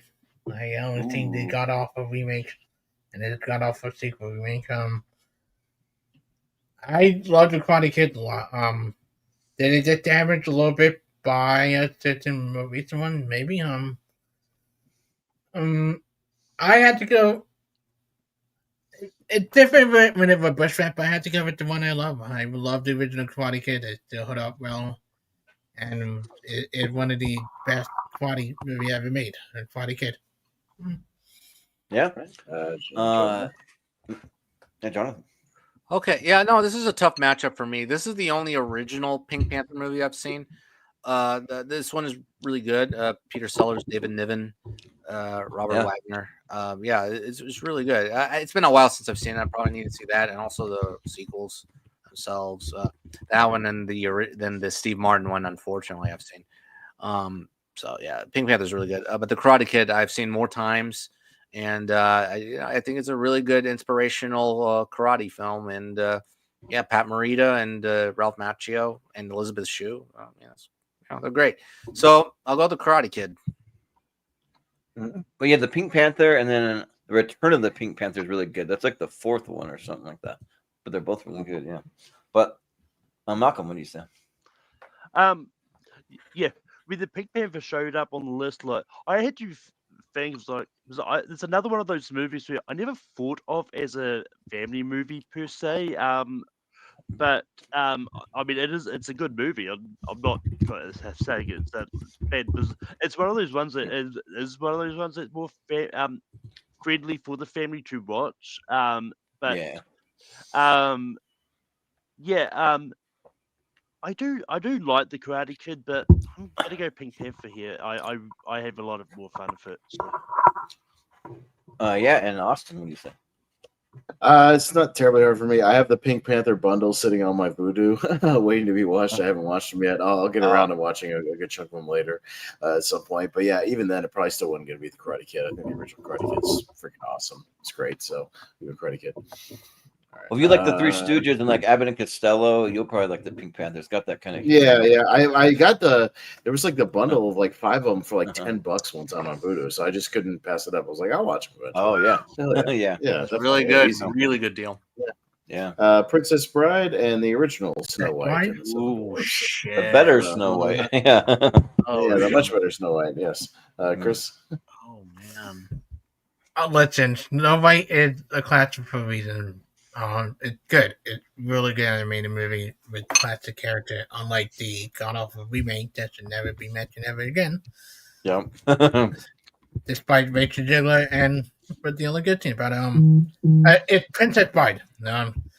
In no doubt, it's one of the best rom-com action movie ever made. I freaking love it. I rewatch it every time whenever I get a chance. I want to movie. Probably find the best work of Princess Bride.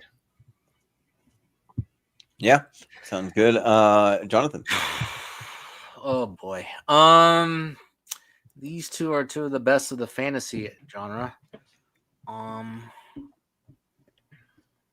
Shit, this is tough for me. The Princess Bride is great. It's a classic, in my opinion, and it just handles the comedy aspect, the fairy tale aspect, the imaginative aspect extremely well, and also the romance. But Snow White, look, we wouldn't have animation without Snow White. Yeah. I mean, and for its time, it really excels in animation. I mean, the drawings are fantastic. The scene where she's singing in the well, like, I'm so impressed still by how much of the animation really works, with the ripple effect in the water when her, singing vibrations, are mentioned or noticeable. And then we see the prince up there in the reflection as well. And it's fantastic. I know it's kind of sacrilegious on my part because Princess Bride is in my top 64 or 128. But out of respect, Snow White and the Seven Dwarfs, I think it's still a great movie. So I'll go Snow White and the Seven Dwarfs here. Yeah. Yeah. Malcolm, what did you say? Yeah, so I don't know if it's a hot take or so. I've never been a big fan of the original Snow White movie. I've always thought it was okay. But I think, it's one of those ones like it's part of the reason I probably like the remake a little bit more than Really? Yeah, because I thought the changes they made in the remake actually helped flesh out the story a bit more personally. But in this case, I love the Princess Bride. I think it's great. So Princess Bride is getting my vote here. Wow. Yeah. That's when you just saved yourself with that. But that might be the hot take of the night. But yeah. But Austin. I'm not a big Princess Bride guy. I don't think it's a bad movie. It's not like one of my movies. So it's okay. The original Snow White, when me and Jacob revisited those first 4 movies, like, it's groundbreaking and it's good-ish. There's about 30 minutes worth of movie in a 70-minute movie in there. I found it a little bit tedious because it got to the point of where I was like an hour in, and they had a 10-minute sequence where the dwarves were washing their hands, getting ready for dinner, and I was like, "Can we just get the fucking movie going? Like, can we get to the finale? Like, literally, like 10 minutes of them washing their hands." And I was like, "Bro, the dwarves have to be like adorable creature. You want to just watch what they do. I know, but I was kind of like, my point is that there's about 30 minutes worth of plot here, and there's a lot of just stalling around with stuff not going on. Just that's all I thought. Kids would like it, but I was just wanted to kind of keep moving. You know what? I'll put it on Jordan. I'll give it to Snow White just by a little bit. Yeah.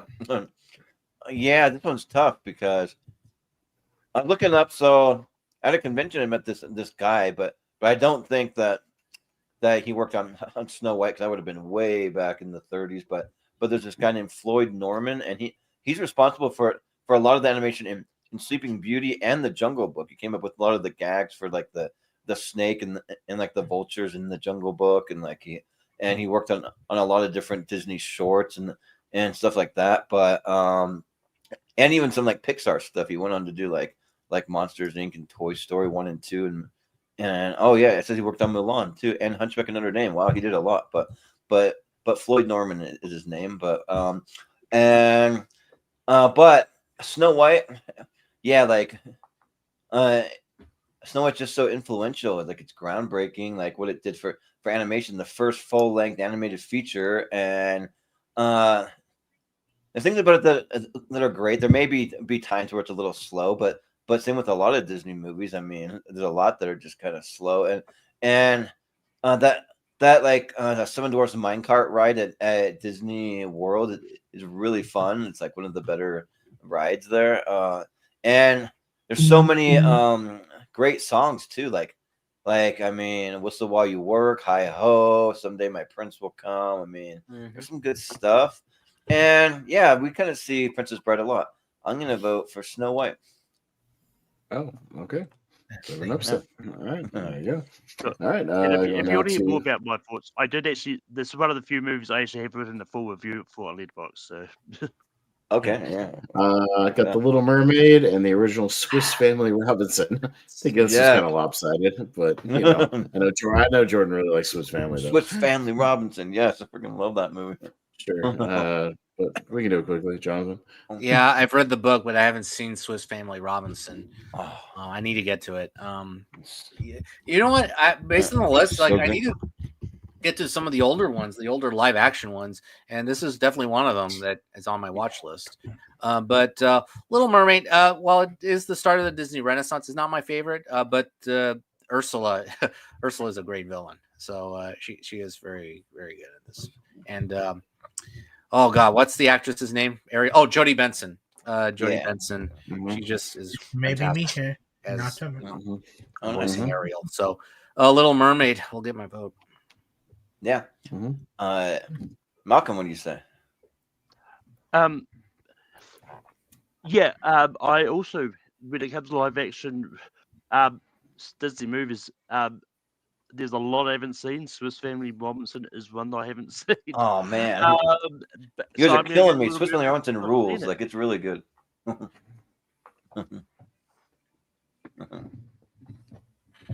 But I'm for Little Mermaid. Okay, sorry. Okay, just making sure I didn't hear you. But yeah, that's what I was waiting for. Okay. Yeah, awkward silence. Again, I think I've seen Swiss Family Robinson. If I have, it's been again forever. Maybe I saw it on cable at some point. I'll revisit it. But even then, Jordan, sorry, it's not going to be Little Mermaid, which is like one of my favorite animated movies of all time. Like, of all time. I love The Little Mermaid.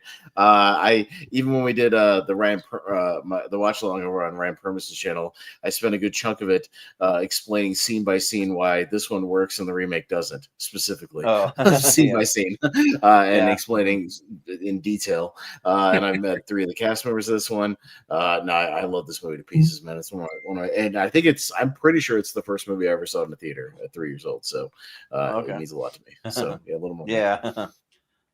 I mean, Little Mermaid's great. Like, it is like an all-time like classic animated movie. But so I just wanted to champion Swiss Family Robinson because the movie like it's really, really good because this family they're trying to get away from the reign of Napoleon, and so they're sailing to try to get to New Guinea, and then they hit a storm and they crash land on this island, and like they just make the most of it. Like they like never want to leave because they like make it so awesome there that they build the like infamous crazy Swiss Family Robinson treehouse that you can go in if you go to Disneyland and Disney World. I think they both have them, but they're really cool. It's like 5 different levels of all these different things, and they have running water in there, and they have all these crazy things that they're able to build on this island. And then there's like pirates that get attacked by pirates, I think from like Singapore or something like that, and like the pirates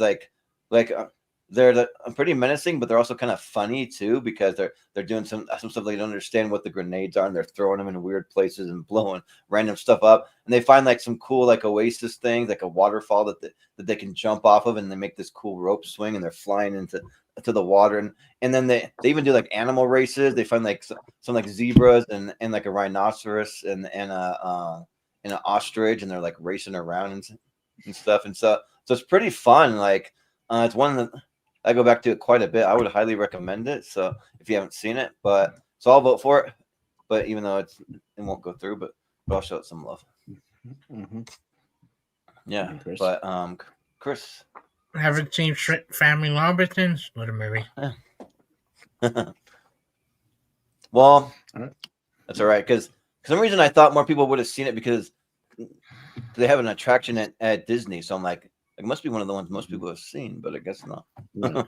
Nope. The Legend of Ochi from this year and the original Alice in Wonderland. Okay. Malcolm?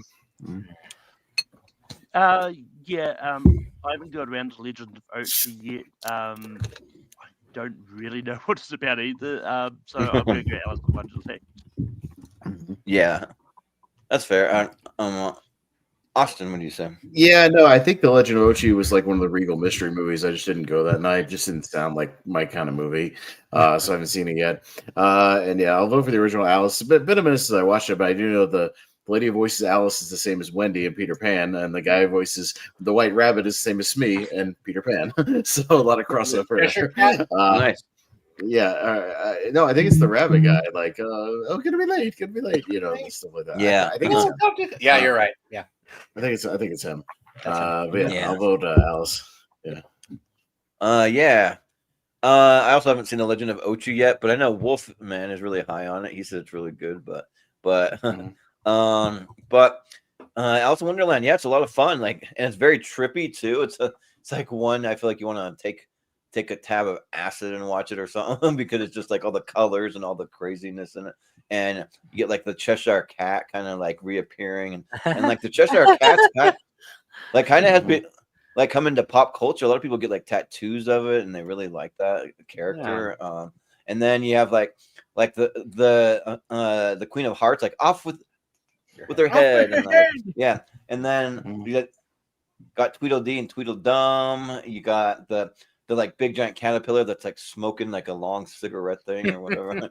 And there's a lot of fun stuff. The like eat me thing, and then it makes her big, and then drink me, and then she shrinks down and all that. So yeah, I'll vote Alice in Wonderland. I think it's a lot of fun. Yeah. Well, here's one thing I was talking about earlier. Real quick, just one example. Verna Felton, who voices the Queen of Hearts in this movie, is also voices the Queen in Sleeping Beauty, the Fairy Godmother in Cinderella, Aunt Sarah in Lady and the Tramp, and the Elephant in the Jungle Book. They just use the same people over and over again. So if you watch a lot of those movies like in a row, you'll just hear the same voices constantly. You know what I mean? Oh, the mom elephant. That's right. Yeah, right. Yeah. So yeah, if you scroll a lot of these movies, like their cast list, you will see a ton of crossovers with like a lot of those like 50s and 60s, Disney movies, because I think they all just had contracts, so they all just, okay, in this movie you're voicing this character. You know. Ed, come on, Ed Wynn is the Mad Hatter. Oh, gotta get the tea. Would you like the some Mad tea? Yeah, I was gonna shout out that for the very merry birthday and all that.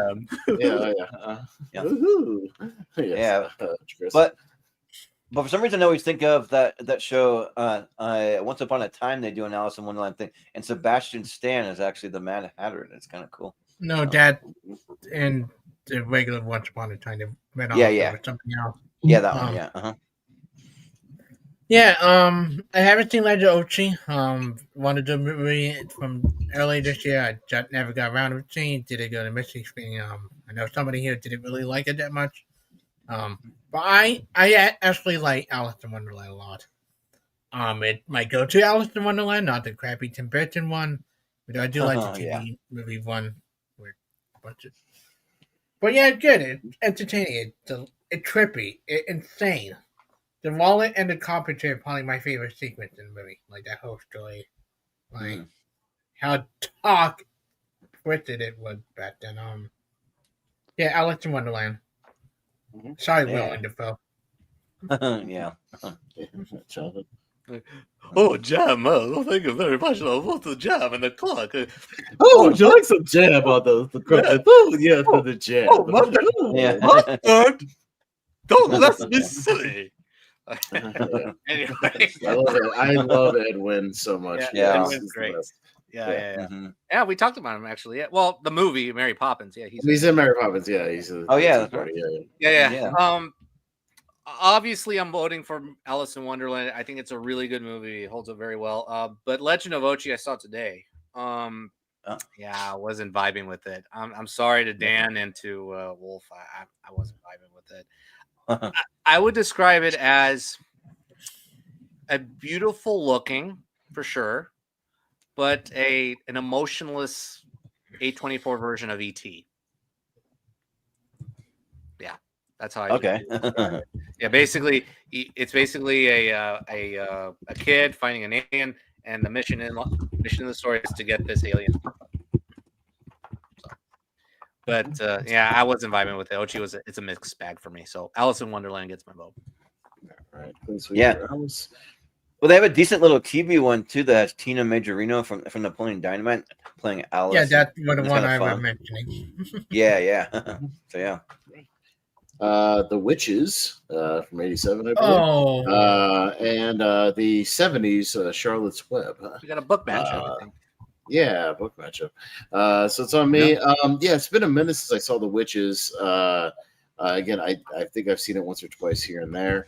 But yeah, this Charlotte's Web is the one I saw the most, growing up as a kid. They showed this quite a bit on TV and whatnot. So yeah, I remember this one pretty much beat for beat. So and I enjoyed it for what it was. So I'll go Charlotte's Web. It's not gonna go like super far, but yeah, I saw this one quite a bit. Yeah. I've seen them both, and I did watch Charlotte's Web, the animated one, quite a bit as a kid. I think it's fine. I think that's it. I mean, it gets sad near the end with like Charlotte and all of the baby spiders. I just remember him going, Charlotte. Yeah, Charlotte. Yeah. Yeah. And then like Zuckerman's famous pig and all that stuff. Like it. So it's fun, but The Witches, I think, is a lot of fun. Also, this was my first introduction to Angelica Houston, and she was great in it. Then you even have Rowan Atkinson, like he's in it, and I think that this original one, like, it's pretty dark too, and it's much better than the one that we got with like Anne Hathaway in that one. So, but I don't think the Anne Hathaway one is like god awful. I think it's like just kind of subpar. But yeah, I'll vote for The Witches. The movie's really good. Yeah. But Chris, what do you say? Never seen Richards. I never seen either one of them. Luckily, I'd never seen a remake. Yeah. I love Charlotte Web. This is something I grew up with. My mom showed it to me a lot as a kid. I love music. It takes a long time for Charlotte to die. Like lasting. But the song is emotional and beautiful. I actually have a soft spot for the remake as well. Yeah. Yeah, I vote for Charlotte Web. Something I grew up with a lot as a kid. Yeah, sounds good. Jonathan, what do you say? Yeah, I watched The Witches, I think a few years ago for the first time for a Halloween marathon, and I liked it. It's a darker movie than I thought for a kids movie, but no, it's good. And Angelica Houston steals the movie. She's really good in the movie. But Charlotte's Web, I read the book and I watched it a lot in school, and also I watch it every now and then. But I think Charlotte's Web it's a really good movie. Yeah, the remake I think kind of pales. I get more emotional with Debbie Reynolds voicing Charlotte than I do with Julia Roberts voicing Charlotte. I mean, her voice, her singing voice is beautiful in this movie, Debbie Reynolds. So yeah, Charlotte's Web will get my vote. Yeah, Malcolm, what do you say? Yeah, I think I've seen the animated version of Charlotte's Web once. I haven't gone back to it. But I watched the remake way more times. But I love this version of the Witches. I think it's great, and I'm actually with Jordan here. I don't think the remake Van Hathaway is that bad. I think it's still just as it's not as good as the original, but it's still good. So Yeah, I'm gonna right. go. Yeah, that's what yeah. But I think it'll be Charlotte's Web. All right, Yeah, and Charlotte's Web. this might be our last one over here, or close to it. Oh. Yeah, it's our last one. Oh. The Goonies and Oh, Beauty and the man. Beast. Oh, So, son of a bitch. all right, Jordan. Good. Well, I've got a soft spot for kind of both of these movies, actually, because I mean, I'm only one state over from Oregon, and I visited the filming location multiple times over in Astoria, Oregon, and like seeing like where the cave is, and like there's a little like because like so there's not an actual cave, but you see they made a little thing that's like a hole in the ground where they kind of like climb in, but it's not really much of anything. But they just created that for the movie. But you see like the house, you see like the there's like a little shed where like the what are the like the bad guy family called? This starts with a T or something. But yeah, the Turlettis or something like that. I don't know. So yeah, but Fratellis, yeah, it starts with the F, Fratellis. actually.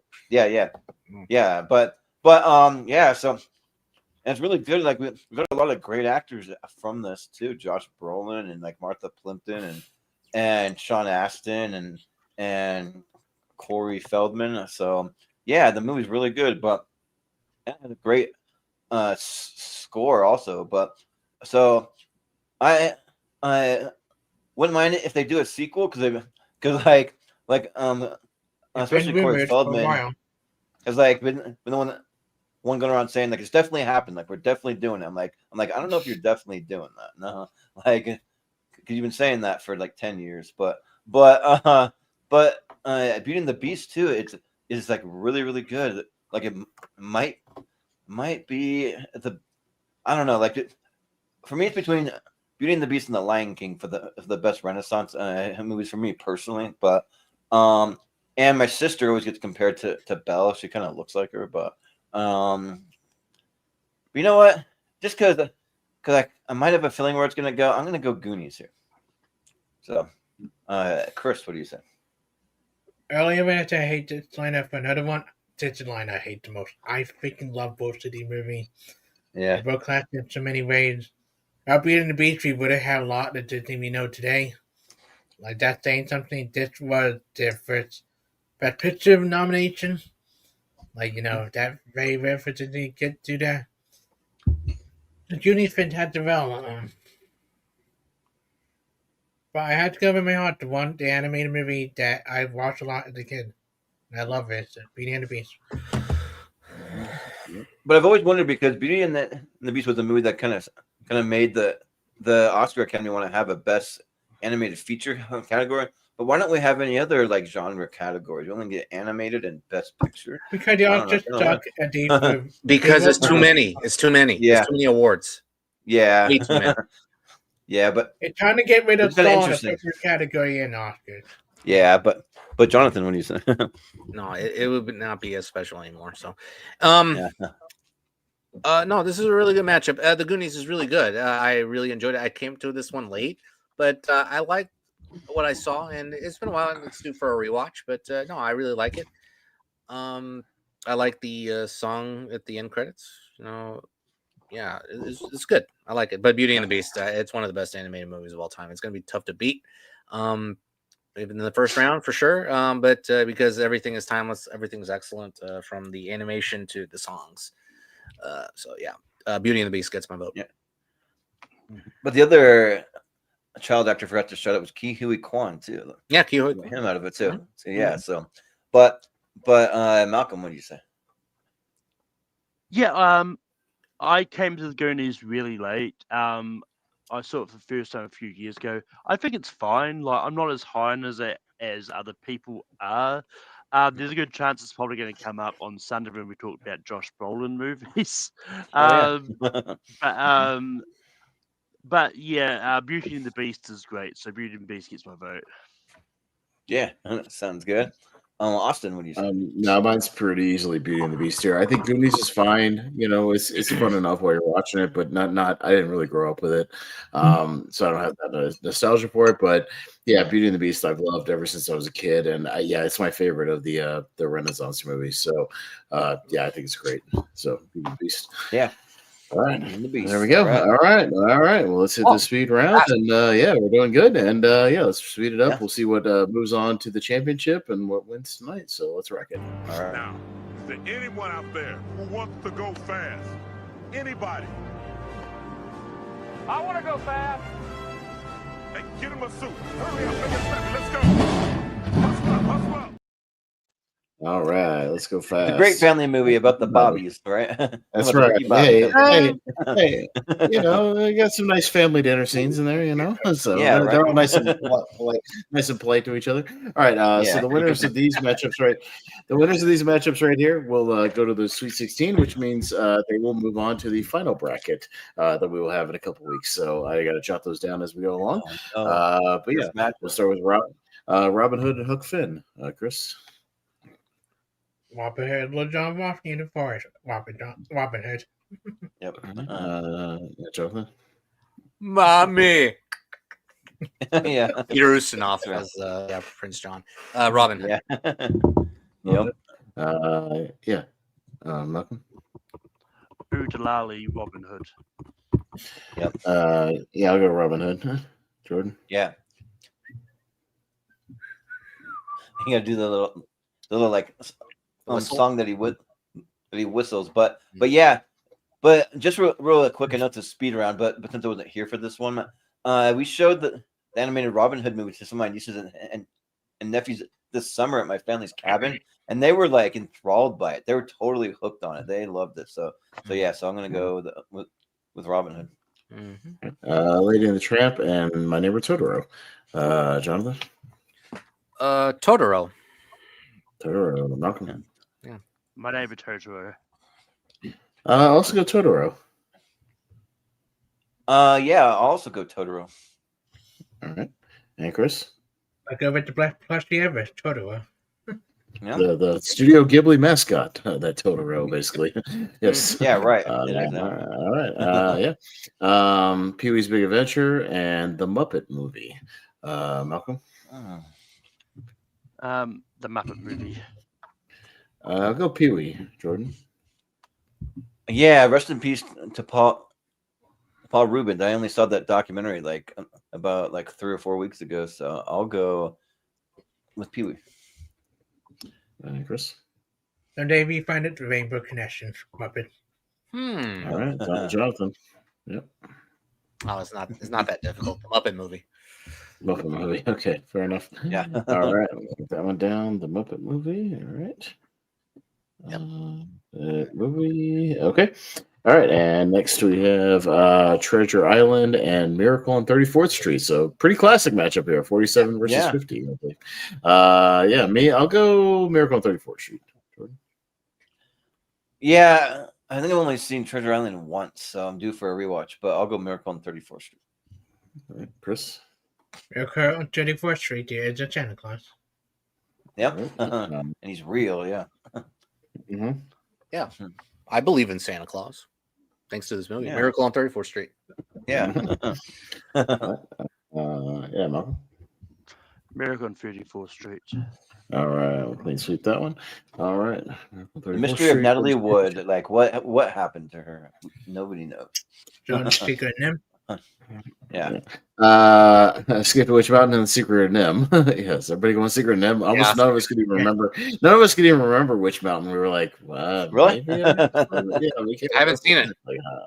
Yeah, I couldn't remember what happened. I mean, I vaguely remember. I've seen it like twice when I was a kid or something. But No, Nim. Yeah. Secret of Nim. That movie's dark. Yeah. The Secret of Nim. Mhm. Ooh. Oh yeah. All right. I like the variety so far. Yeah. I've had to be Yeah. taken to Nim and be away to the sequel to it, but sadly. Jungle Book and Willy Wonka. Jordan. Oh, here we go. This is a heavy hitter here, man. God, I love both of these movies.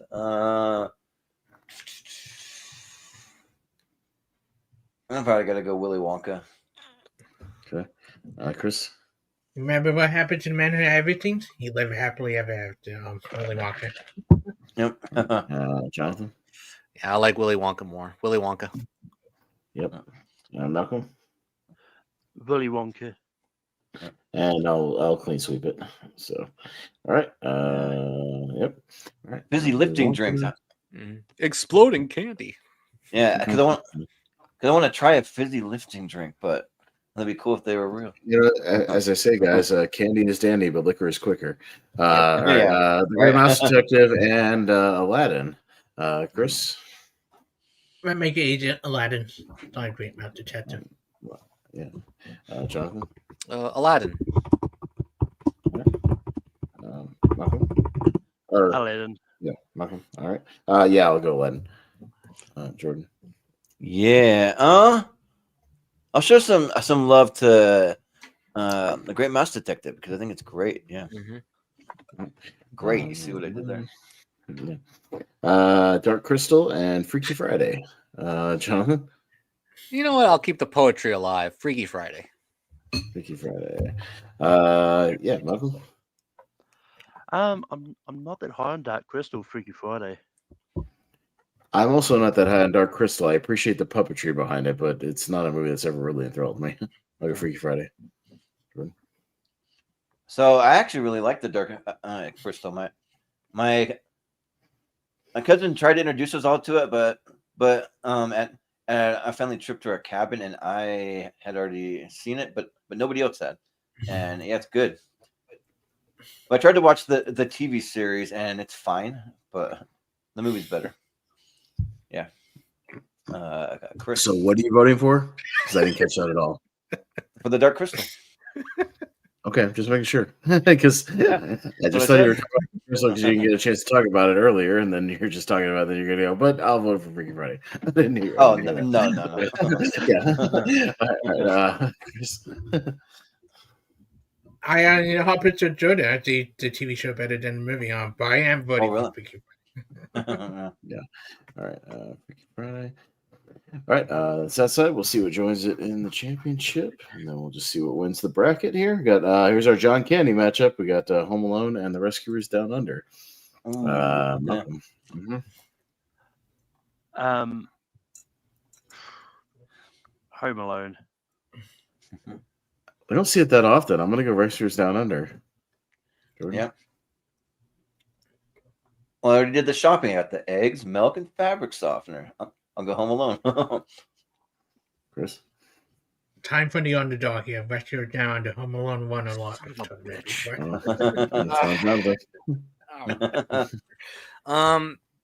But yeah, we just had Macaulay Culkin on Hot Ones, guys. Come on. Chaos here. We talked about that. Yeah, we Yeah. talked about that. I can't do it. I'm sorry. I gotta go Home Alone. Oh, come on, guys. We see Home Alone all the time. Yeah. Underdog. Come I on, know. you can't yet. Shit. For a good reason. We see it all Super the time. rewatch on my end, though. Yeah. Rewatch Rescue Down Under. It's really good. Home Alone 2 and Kiki's Delivery Service. I guess at this point, we might as well have the Home Alone matchup. So Home Alone 2. Yeah. What city is that? That's New York, sir. From Ali Sheedy, I'll go Home Alone 2. Chris. Come on, little chaos here, Kiki. Okay. Jonathan. Malcolm, is up to you. Kiki. Ooh, okay. As much as I want the Home Alone matchup, we see both Home Alones a lot. So Kiki's Delivery Service. Funny how y'all just said that. Yeah, you just voted for Home Alone, but okay, just pointing that out. I've seen Kiki Yeah, a right. little more. We see Home Alone a Kiki's lot. better. We just voted for it, but okay. Yeah, Sure. okay. Sure, yeah. All right. I voted for. I think it was maybe the first time I've ever seen this here. I'll be honest. Yeah. Mary Could be. Poppins and Bambi. Oh, motherfucker. Jordan. No. Oh, this is easy. Mary Poppins. I'm not Yeah, big Chris. on Bambi. Supercalifragilisticexpialidocious, Mary Poppins. Jonathan. Bambi. Malcolm? Mary Poppins. Yeah, it's easy for me. Mary Poppins. I think Bambi's okay. I don't think it's great, but yeah, it's fine. It has a weird moment where she gets shot, and then 10 seconds later, it's like la la la la la la la la. I'm like, what the fuck? That's so weird. It's called Passage of Time. That's what it's Yeah. called. Yeah. It's very abrupt. There's like no transition. You know Like, what? okay, show me some. Watching it How about we ease into it and like show me the seasons changing or something? Like, don't just I think jump they into do like, that. No, they don't. They do show the jumps seasons, right right? to the They do, scene. they do Okay. show it. No, Yeah. no, I'm it like jumps pretty right sure. to a song. Like, it's really weird. It's very strange. I'll look it up after this, but yeah. Huh. Yeah. Um, I could have sworn they Peter do too. Pan and Neverending Story. No. Chris. I not to do another chaos Peter Pan. Yeah. Jonathan. I got you this time, Pan. Peter Pan. Yeah. Yeah. Michael. Never-ending Story is false advertising. It has an end, Peter Pan. Yeah. It's pretty good. No. Yeah. I'm gonna go Peter Pan. Yep. Jordan. We're off to see the engines. Oh wait, we can't sing that song. That song's canceled. So I'll go. Still Peter Pan though. It's still good. All right. Smee. Bushwhacked and the Wizard of Oz. Yes. There's my only alternative fights matchup Yeah. right there. Yeah, we haven't had any of those tonight. Yeah. No, that's definitely one of those, Jonathan. Wizard of Oz. Wizard of Oz. All right. Yeah, Malcolm. Wizard of Oz. Chaos, Bushwhacked. Jordan. Yeah, I mean, Wizard of Oz just won a tournament recently, so bushwhack. Chris. Yeah, do I go with the one with the Scarecrow literally holding a freaking gun to battle the witch on Wizard of Oz? Where the hell did he get I thought you were the gonna gun? say Never bushwhack. explained Yeah, that. Bushwhacked. Yeah, right. Yeah. yeah, There's a scarecrow and bushwhacked. yeah. There's a scarecrow with a gun and bushwhacked. Yeah, Yeah, his name is Daniel Stern. yeah. They never tell you where he got the gun, but he had a gun in his hand. Where they In all seriousness, He must have got it. shoot on the He must have got it from Oz. He must have, right? Yeah, I think I missed something. Did I write everything down? Okay, just make sure I wrote everything down. All right. must have got Karate it from Kid like one and of the Smack. Munchkins or something. Ooh. Yeah. Malcolm. Karate Kid. Yeah, I'll go Karate Kid. Yeah, wax on, wax off, Karate Kid. Chris. payback for the Princess Bride Law Karate Kid. Karate Kid. Jonathan. Yeah. Crane kick, Karate Kid. Yeah. All right. Karate Kid went through. All right. I'm pretty sure that my dad, I want to test it one of these days to see if he can catch a fly with chopsticks like in Karate Kid because he lived in Japan and he's very good at catching flies. It's a tough matchup here for me. Yeah. Little Mermaid and Alice in Wonderland. No, I'll go Little Mermaid pretty easily here. Yeah. Look at this stuff. Isn't it neat? Sure, it's neat. Little Mermaid. Chris. Yeah, going with the one I get to meet in New York, hopefully. Little Mermaid get to hopefully meet Judy Benson at New York. She's very sweet. Yeah. Mhm. John. I would have gone my vote. I would have given my vote to Alice in Wonderland. No. Little Mermaid. Little Mermaid. All right. I'm going to go through. And last one for the championship Charlotte's Web and Beating the Beast. Jordan. Beauty and the Beast, yeah. Chris. Sorry, Charlie, it's Beauty and Beast time. And Jordan. Or Jonathan. I think we may have to use a clip for this upcoming matchup. Oh, yeah, I know what you're talking about. I will when we get there. Yeah. Let's have a Renaissance matchup. Beauty and the Beast. Yep. Malcolm. Yikes. Beauty and the Beast. Yeah, and I'll sweep it because, that's going to be a rough one coming Yeah. up. Oh, sure. Oh, yeah. Aye. Just got to write that one down, and we can go on. All right, cool. Wrong match. All right, everything's set for the championship. So, it's just what wins the bracket here. So let's wind it on down. All right. Yeah. Going to the Elite Eight, we got Totoro and Robin Hood. Chris. Totoro. Yeah. Jonathan. Totoro. Malcolm. Totoro. Robin Hood. Jordan. Yeah. Yeah, let's go with Robin Hood. Okay, close one, but Totoro on the gate. We got Muppet Movie and Miracle on 34th Street. Jonathan. Miracle on 34th Street. Okay. Malcolm. The Muppet Movie. I'll go Muppet Movie. Jordan. Wait, it's Muppet Movie and what is it? Miracle on 34th the Street. Miracle on 34th. Okay. I'll go Miracle on 34th Street. All right. Then to Chris. I love throwing chaos into your Muppet movies. It's not really Muppet Movie, chaos. okay. Not really. It's not really chaos. Muppet Movie is a good movie. Yeah, it's not like it's Everyone talking about like a lot of people would think we would do with the it's Miracle. ain't Three Ninjas. You know what I mean? Like it's just it's a Muppet movie. Yeah, I was like, It's not easy being green. I mean, come on. Yeah. true. Secret of Nim and Willy Wonka. Which one is darker? They're both dark. They're both dark. Actually. Yeah. I mean, we don't know what happened Yeah. to the kid. Uh-huh. Like, Yeah, right. keep going. What happened to Augustus Gloop and also the Veruca Salt? What happened to Violet? Okay.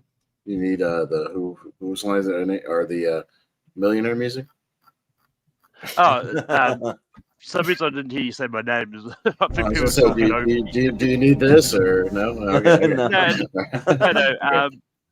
Just because they're both for the championship, I'm gonna go Secret of Nim. I've seen Willy Wonka one more times. Willy Wonka. Yep. Yeah, Willy Wonka. Chris? Yeah, going with the one that had the best music. I really want it. John. So I would have gone Secret of Nim. Yeah, just gave it a chance. Okay, close one. The Candyman can. Aladdin and Freaky Friday. Me, Aladdin. Jordan.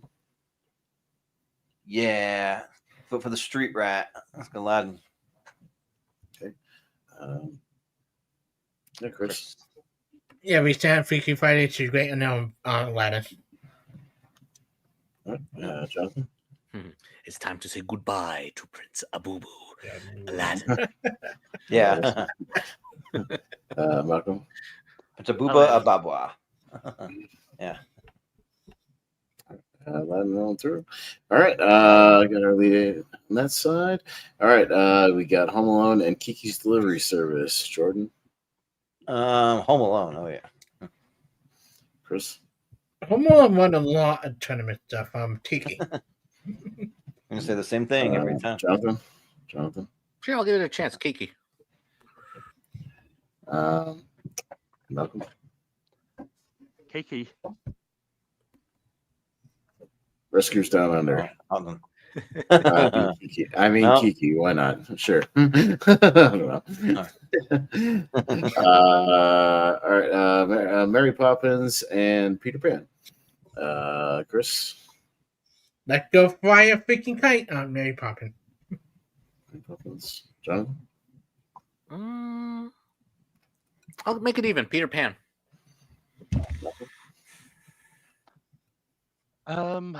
Mary Poppins. I'll throw some love to the underdog here. I'll go Peter Pan. Yeah, you got to think of happy thoughts, and you can fly. So let's go Peter Pan. Peter Pan. Okay. Mary can fly Yeah. too. Wow. Yeah, Yeah. Mary takes American Peter fly, Pan. but the kids don't fly like in Peter Pan. They both have like a nursery with like kids and shit like that. Like there's kind of some similarities. Oh yeah, that's Yeah, true. bro. Yeah, that's true. yeah. There is, yeah. They're, I think Mary Poppins doesn't kidnap they- kids like Peter Pan does. they both Yeah. talk to the dog. Mary talks. They both live in Britain. Yeah. Yeah, Yeah. London and both of them. Yeah, there's some similarities there. Yeah, Yeah. kind of a curmudgeonly father in the opening scenes. They're kind of similar. Yeah. Wizard of Oz and Karate Kid. Jonathan. Karate Kid. Okay, Jordan. Real quick assignment. I want a AI crossover poster, the Karate Wizard of Oz. The Karate Wizard. The Karate Wizard. I wonder what that would actually be, if it would Karate actually Wizard. would be like a wizard, or if it would be like the Or just like a wizard doing karate, or like Wizard. yeah. I want the Karate Wizard. Make that. Writing the fan fiction right Yeah. now. Hold on. Sure. All right, Why do I picture Gandalf as a karate Yeah, I wizard? don't know. just Yeah, I don't Yeah. know. Yeah. I just want to see what your chat GPT comes up with. So, Sure, see yeah. what you got. Karate Yeah. Malcolm, go ahead, Malcolm. The Wicked Witch of the West taking out Dorothy for low kick. Yeah. Wizard of Oz. I'll go Karate Kid. Jordan. I'll go the Karate Kid. Karate Kid. And Chris. That's all. Karate Kid. All right, the Karate Kid. Okay. Yeah, no, I think of crossover sometimes. That'd be a funny one. Yeah, work on that for a minute if you get a chance. That'd be funny. All right, Yeah, Little Mermaid and boy. Beauty and the Beast. And Oh, I think this is the one that deserves the thing tonight. Here we Well, go. it looks like we have ourselves a genuine conundrum. A quandary, if you will. A real-life dilemma. Oh boy! All right, Malcolm, we got a Renaissance matchup here first. Beauty and the Beast. I don't think we see Little Mermaid as much as we should in here, and it holds a special place in my heart. So I might even it up here and go Little Mermaid. Just by a little bit. But they're both amazing, obviously. So I got to show you guys. This is one of my favorite. If you remember those some E cards, it's one of my favorite ones about the Little Mermaid. I just got to throw this up there because it reminds me of the song. Where it's like, imagine if Princess Ariel had her own episode of Hoarders. Look at this stuff, isn't it neat? No, bitch, you have OCD, and this is all trash because she's basically a hoarder. so yeah, but. Well, technically, she's just cleaning up the ocean. She's picking up all the shit we lost out of the ships. You know, she's Yeah. picking up the garbage in the ocean and True. getting it in one spot. She's got snarf flats and dingle hoppers and all kinds of weird stuff. Yeah. Yeah. but I'll vote for Beauty and the Beast. Okay, Chris. they both had the trait weakness, but I think Belle was a better Disney princess than Ariel. Yeah. Beauty and the Beast. All right, yeah, Jonathan. Yeah, I was gonna go Little Mermaid. I gotta close off. Something's wrong here, so I'll be back in a few seconds. Okay. Okay. Okay, sure. All right, but Beauty and the Beast are going through here. Okay, and all right, we'll jump to the other side, see what makes the final four here. We got Totoro and the Muppet movie. So it's on me. I'll go the Muppet movie. Jordan. Yeah, I'll go the Muppet movie. Okay. Chris. Yeah.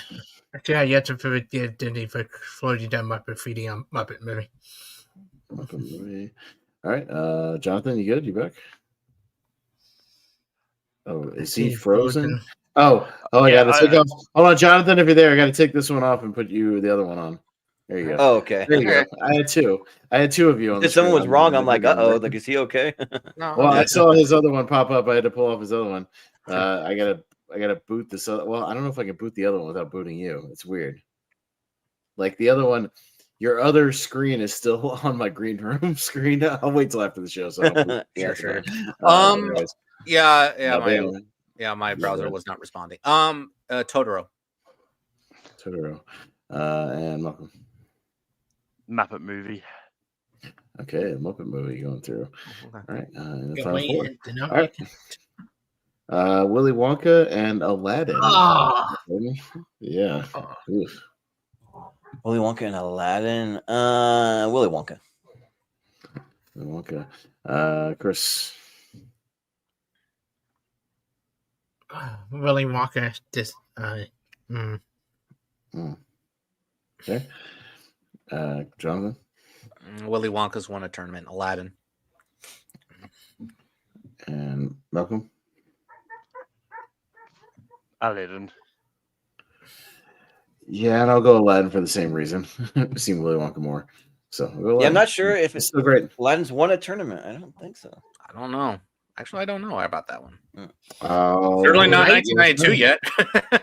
Yeah, Not right. 1992 because we aren't there yet. All right, Kiki's Delivery Service and Peter Pan on the other side, Chris. Ooh. Kiki, let's keep the chaos going, guys. Let's get Judy Ghibli into here. This is not chaos. These are both good movies. Yeah, right. Good movies. Chaos is like a bad guilty pleasure movie making it really far. That's Yeah. chaos. Honey, I Blew Up the Chaos- Kid winning on Tuesday night is chaos. Yeah. That's what chaos is. All right. Yeah. Chaos would be if This isn't Bushwhack won chaos. this tournament. Anyway, Yeah, anyway. the Bushwhackers in the Final Four. That's chaos. If Bushwhackers is for it, which I was White almost, remake which I was was almost the gunning for. Anyway, Yeah. I'm assuming Chris said Kiki. And I'll go Kiki. Mhm. Kiki. Malcolm. Kiki. Oh, we got Peter Pan. I'll go Peter Pan. Okay, close one. But all right, Kiki is the dark horse in this one. All right. Interesting mix so far. Karate Kid and Beauty and the Beast. Ooh. Jonathan. Ooh. Gaston versus Miyagi.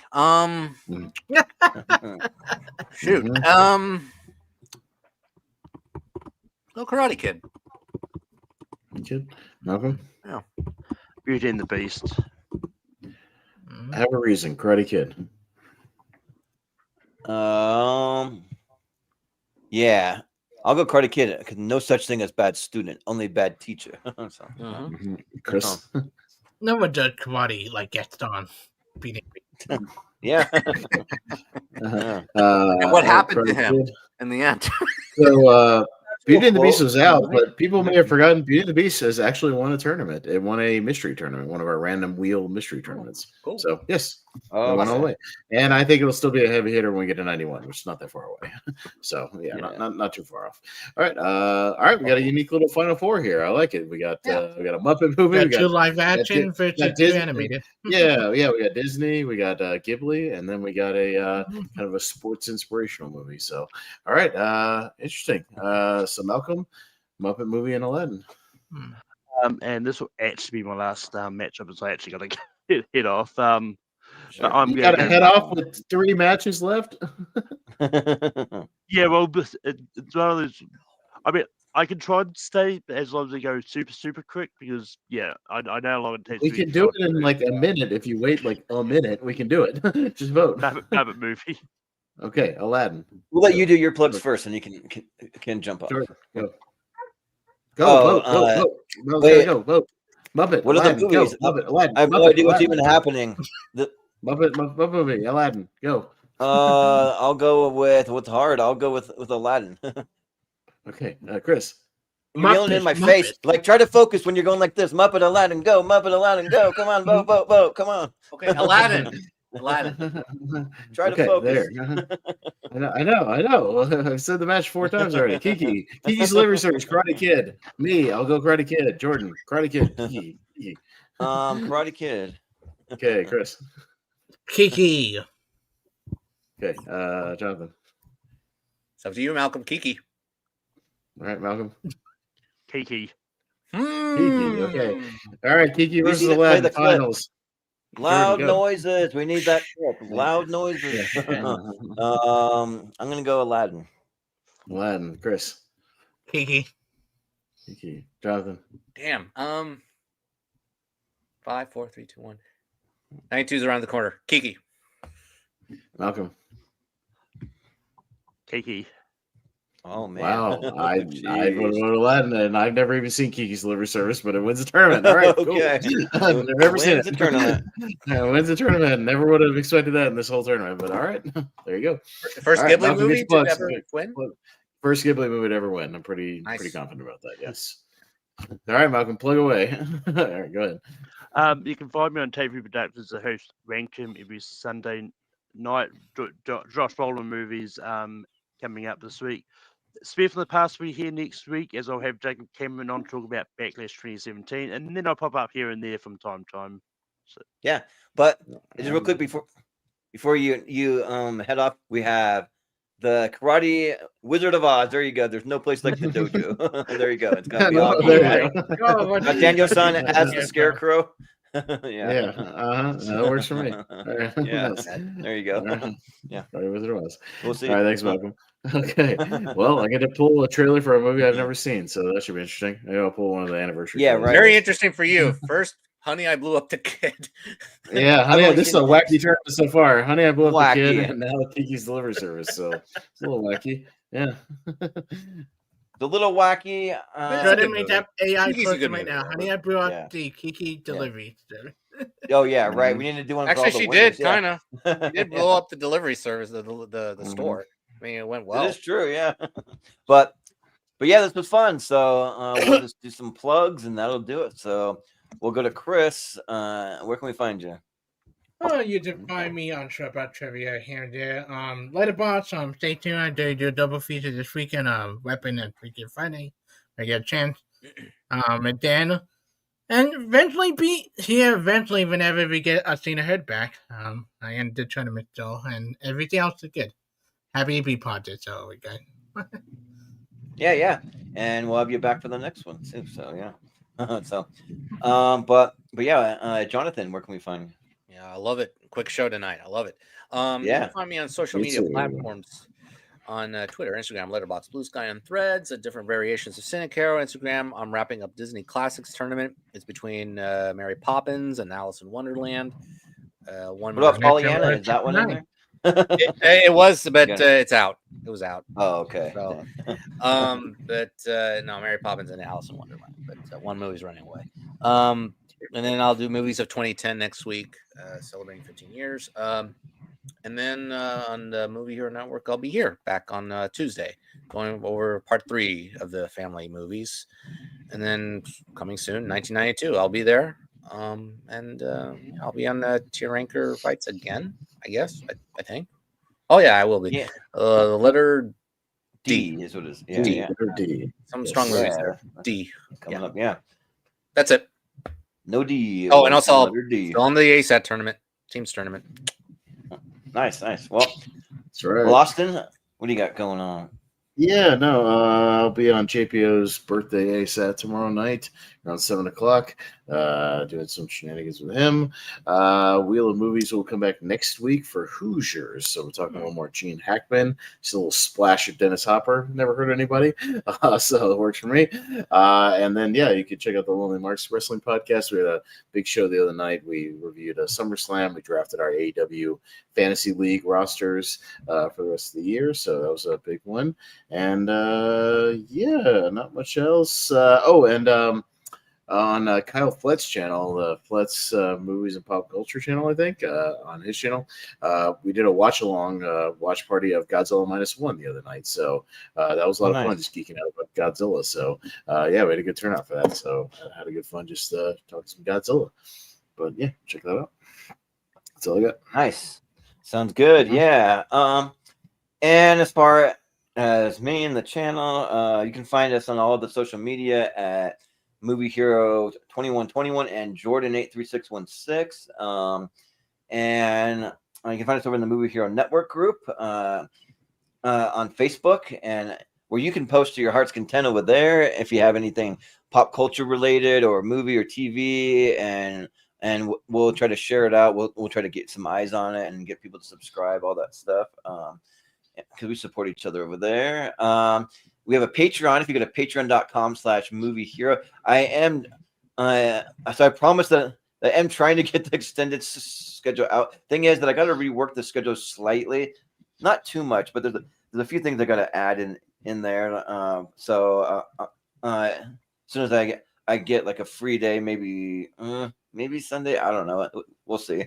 But soon it is coming. But also speaking of the Patreon, we will have something within a couple of days on there as well, because on Saturday we're finally getting to our music match, which is going to be the Beatles versus the Rolling Stones versus Elvis match. So we're doing that tomorrow night, but it won't be live because we got to pre-record it and then put it on the Patreon because of the copyright issues, so we can actually play the music. But it'll be a fun one to watch. You can just go and just vibe out to some great music and stuff. So, and then see which one wins. So yeah. But and then let's see. We will be getting back into some trivia. But that's just another thing I haven't had time for because the trivia is the most kind of labor intensive or like just takes the longest to put together out of anything that I do. So we will be getting back to that soon though. And then we will be getting probably within maybe like 2-ish weeks. We haven't nailed down an actual date yet, but we do want to do a recast for the original Star Wars movie, and then we're gonna do another one coming up in September for Zach Shelton's birthday. He wants to do a recast for Bill and Ted's Excellent Adventure, so we got those two on the books coming up, and then let's see, and I think that's all the like auxiliary stuff. So we just have what's coming up for tournament fights and tier ranker, and of course we're going to finish out this family series, the mystery series. So we got 2 more episodes coming up next week, part 3 on Tuesday and part 4 on Friday. So you can look forward to that. And then let's see. We will be doing the 1992 Ladder series following that. So we'll be talking about the movies of 1992. That's why you hear us kind of mentioning 92 because that's coming up. And then also that tier ranker fight, the movies that start with the letter D. And then after that, we'll be doing just a regular. No. After that will be the Family Mystery Championship. I'm sorry. Yeah, that'll be at the end of the month. So yeah, and then we'll be getting to our next mystery series. Next one will be a sci-fi mystery series. So all sci-fi movies should be a fun time. So that'll be good. And then we got the 1991 Ladder series coming up in September. And then also movies that start with the letter E. And then near the end of September is when we're going to have just a regular mystery tournament. So we haven't really had time to really fit those in. But that one, we spin the wheel 64 times, and the first 64 movies to pop up out of all of our favorites. That includes now Jonathan's top 128 now. I added that to the wheel. So those movies will be eligible, and we'll see what movies make it into a mystery tournament. And then I won't get into the spooky season quite yet, but the first thing that we have in October is going to be the best legal / courtroom movies. And then we have a whole slate of all kinds of horror stuff for spooky season coming up. So just watch for that. And as soon as I get the Patreon schedule up, I'll probably give it about a week to sit, so all the Patreon members can have time to sign up for the episodes they want, and then about a week after that, I'll make some announcements. But it'll be the regular schedule, which will just go 2 months out. The Patreon schedule goes about 5 months out, so you can get first dibs on signing up. So yeah, that should be coming soon because we're going to be needing people here soon for a lot of these matchups. But if you're a horror fan and you want to know just what we have coming up for October, if you reach out, I am happy to just like share some of that stuff if you want to know what's coming up, because we need people for that. So, but I believe that's going to do it for us tonight. So this is fun. Yeah, because I'm a big family movie guy, and it's been a little chaotic. I mean, we're not really having like the movies that scream all timers win yet, but we'll see what happens. So maybe in the maybe for like the Ghibli movies, maybe. But yeah, so we'll call it good here, and we'll say for Chris Diaz, for Jonathan Caro, for Malcolm Lay, for Austin Pez Howell, I've been Jordan, the movie hero Anderson, and we will see you next time. If things don't work out, you can always come home. And come back a failure? Ooh. Wow. Look at this city. My name's Kiki, and I'm a witch. Do you think you can deliver this by tonight? What a cool...